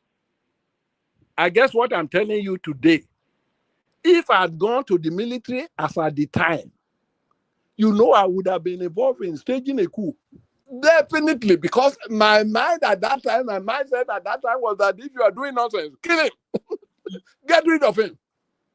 I would have done it. So my mother was wise. He was the one who saved me. If I had gone to the military, like Joe Kasai, who helped them in staging a coup in Abeokuta, is a friend of mine. The coup failed, and they executed Joe Kasai at Abeokuta cantonment. If I had gone to the military, I would have done the same. I would have been robed in it. I would have been part of them because I was a hothead at the time. So sometimes you never know what God has in store for you. God was the one who directed my step. I wanted to become Your Excellency. That again was that again was cancelled by the Awolowo. He didn't know me, but he cancelled it. He said, no, that you put everybody that was employed on hold. And that was why I ended up being in the Ministry of Defense Army Headquarters. And that was how I came to know all of these army officers, including Obasanjo, Benjamin Adekunle, Achuzia, Madiebo, Odumegwu Ojukwu. I know them by first name. They may not remember me now. I haven't seen Obasanjo for a long time. He may not even remember me, but he might be watching this. So that was why I came to know all of those people, and it changed my life and my trajectory in a very fundamental way. So you are hearing my story, and I guess that this story might encourage some young ones among you. Let God direct your step, but make effort. If you say you want God to direct your steps and you don't make effort, you go nowhere. You have to make effort, but leave the decision to God and pray about it, and you'll be fine. Thank you so much, Dr. Wunmi Akintide. That was wonderful, and I really appreciate the time you spent with us today. It's always good to go back a few generations behind and hear people who have lived the experience and have stories to share with us. We appreciate you, and we'll call you back in not long time to come back and tell us more about what you knew about Nigeria. Again, thank you so much for being here today. Thank you. It's my pleasure. Thank all of you for listening to me. God bless you, and you have a nice evening. All right. Thank you. We take a break, and then I'll round up and thank people who supported us and tell you about the guests we are going to have next Sunday.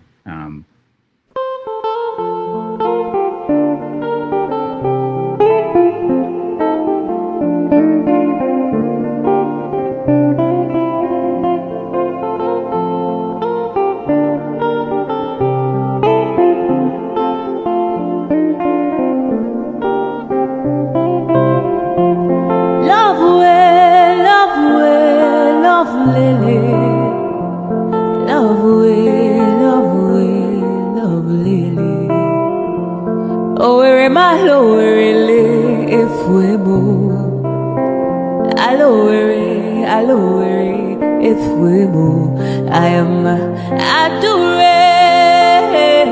adure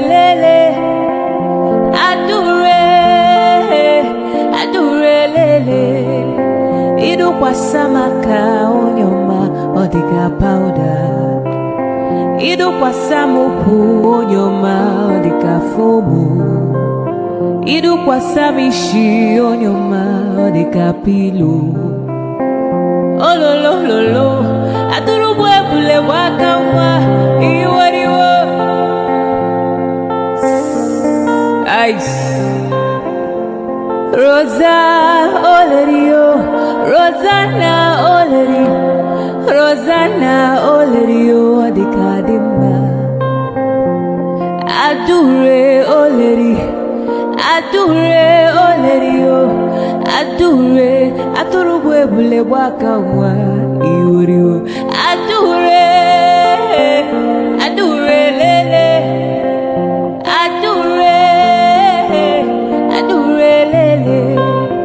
Idu kwa samaka onyoma odika powder, idu kwa samuku onyoma odika fomu, idu kwa samishi onyoma odika pilo. Oh lo, aduru bwebule wakamwa iwari.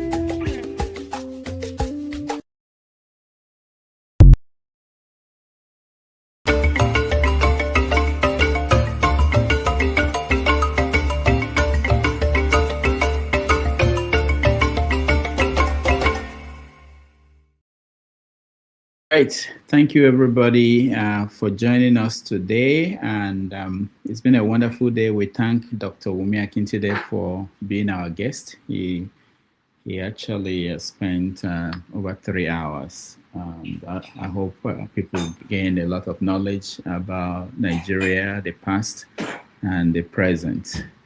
I want to thank those that supported us on today's broadcast. I think, let me see. We appreciate all of you. Without you, you won't be here. We want to thank Oscar Blackbone for your support, Dr. Alexander Gomez, and Oriako Tobe for all your help. This is how we pay for this channel and pay for the people who are with us behind the scene working on this. I want to thank my executive director, producer, Show. He actually worked with me behind the scene for many hours to deal with technical issues that we were having, making sure that our guests will be able to join us. So I thank him for that. I thank the people behind the scene, the staff who help with the production.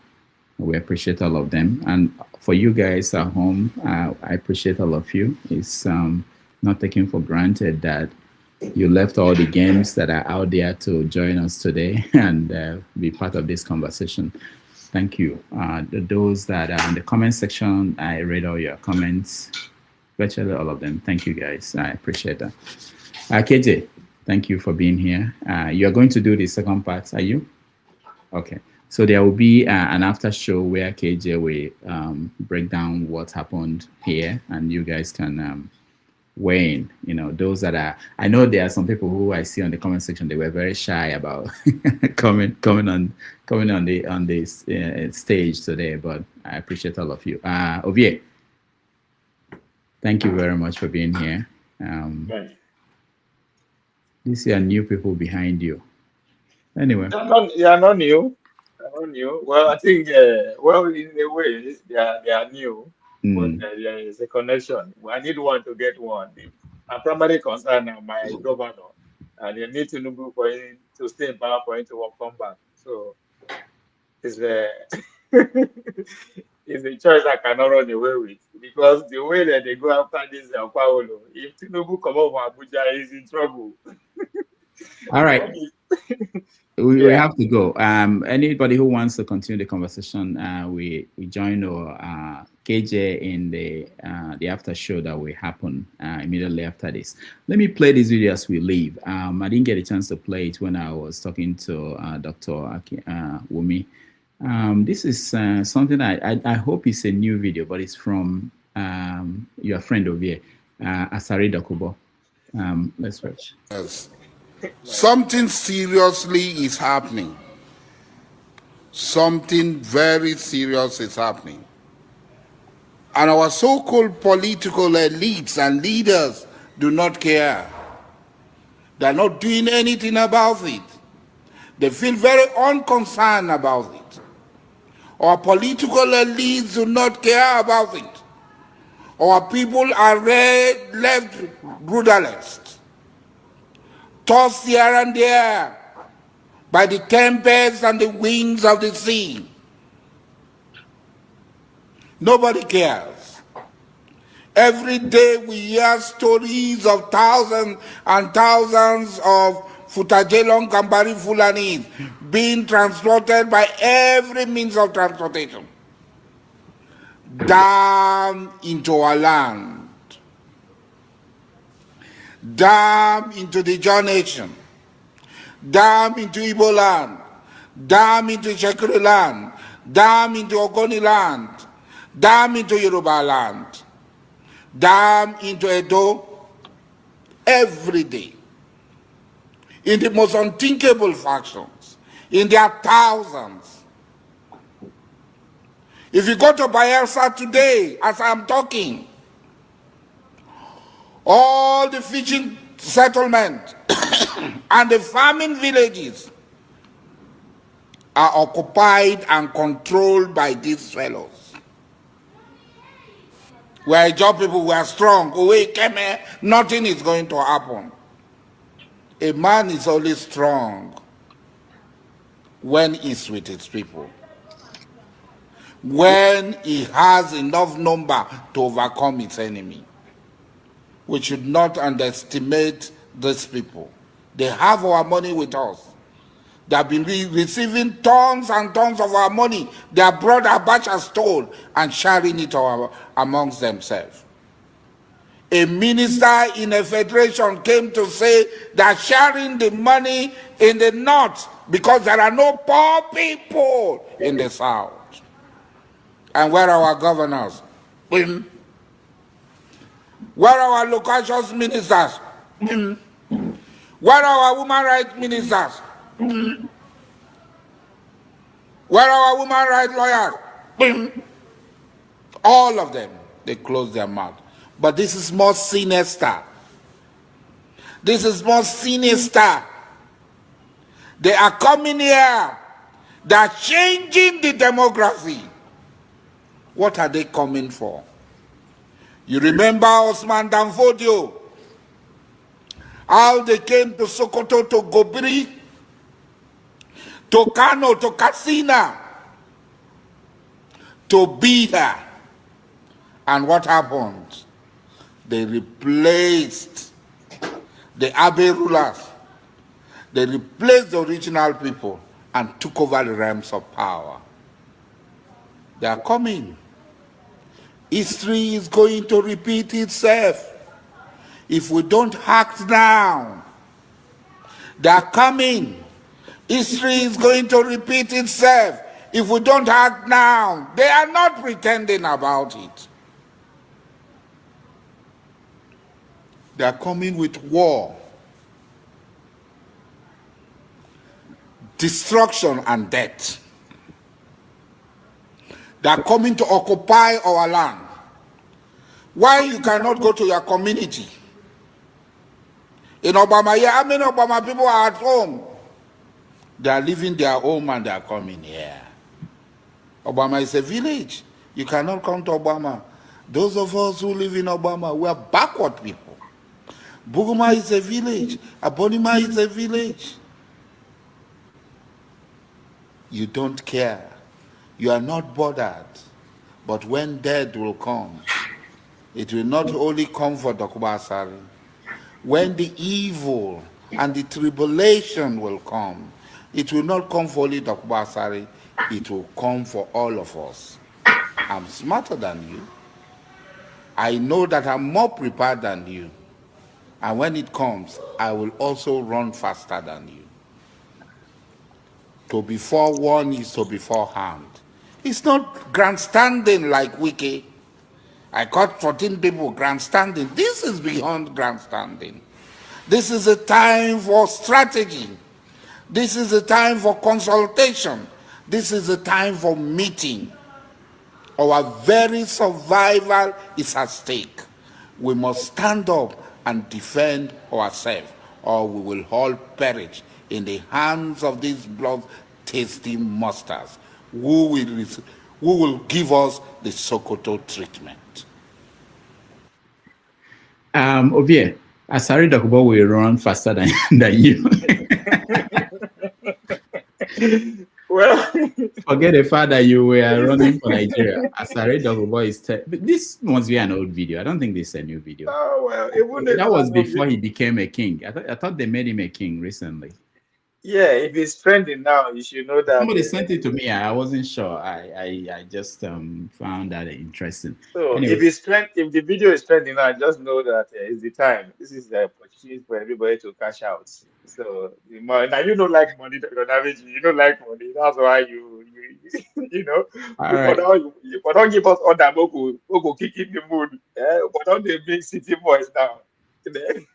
I will see you next Saturday. All right. Okay, take care, everybody. Bye-bye. Thank you.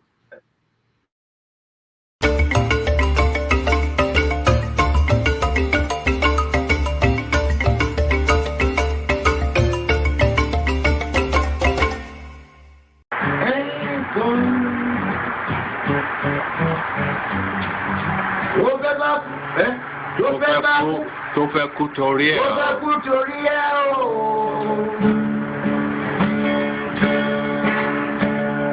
Ọwọ́ ẹni ló ti ṣàánú kọ́. Ayé la bá, ayé la fi sílẹ̀ sí. Ọ̀nà èyí yóò. Thank you so much for watching. Thank you. Have you subscribed? Yes, you. Have you subscribed? You. Yeah, before you go, click. It's free. Click. Just that's it. Have you subscribed? You are laughing. Have you subscribed? Have you subscribed? Thank you. Thank you. Thank you. Hey, madam. Thank you so much. I can see you. I can see you. We have to get to 100,000 subscribers. This by the end of the year. How are we going to do that if you don't subscribe? Yes, you. Yes, you're about to click off. Why? Have you subscribed? It's free. If you don't, ask your son, ask your daughter how to. Just one click. Thank you. Thank you. I see you. Aha. Thank you very much. Thank you very much. I'll see you tomorrow.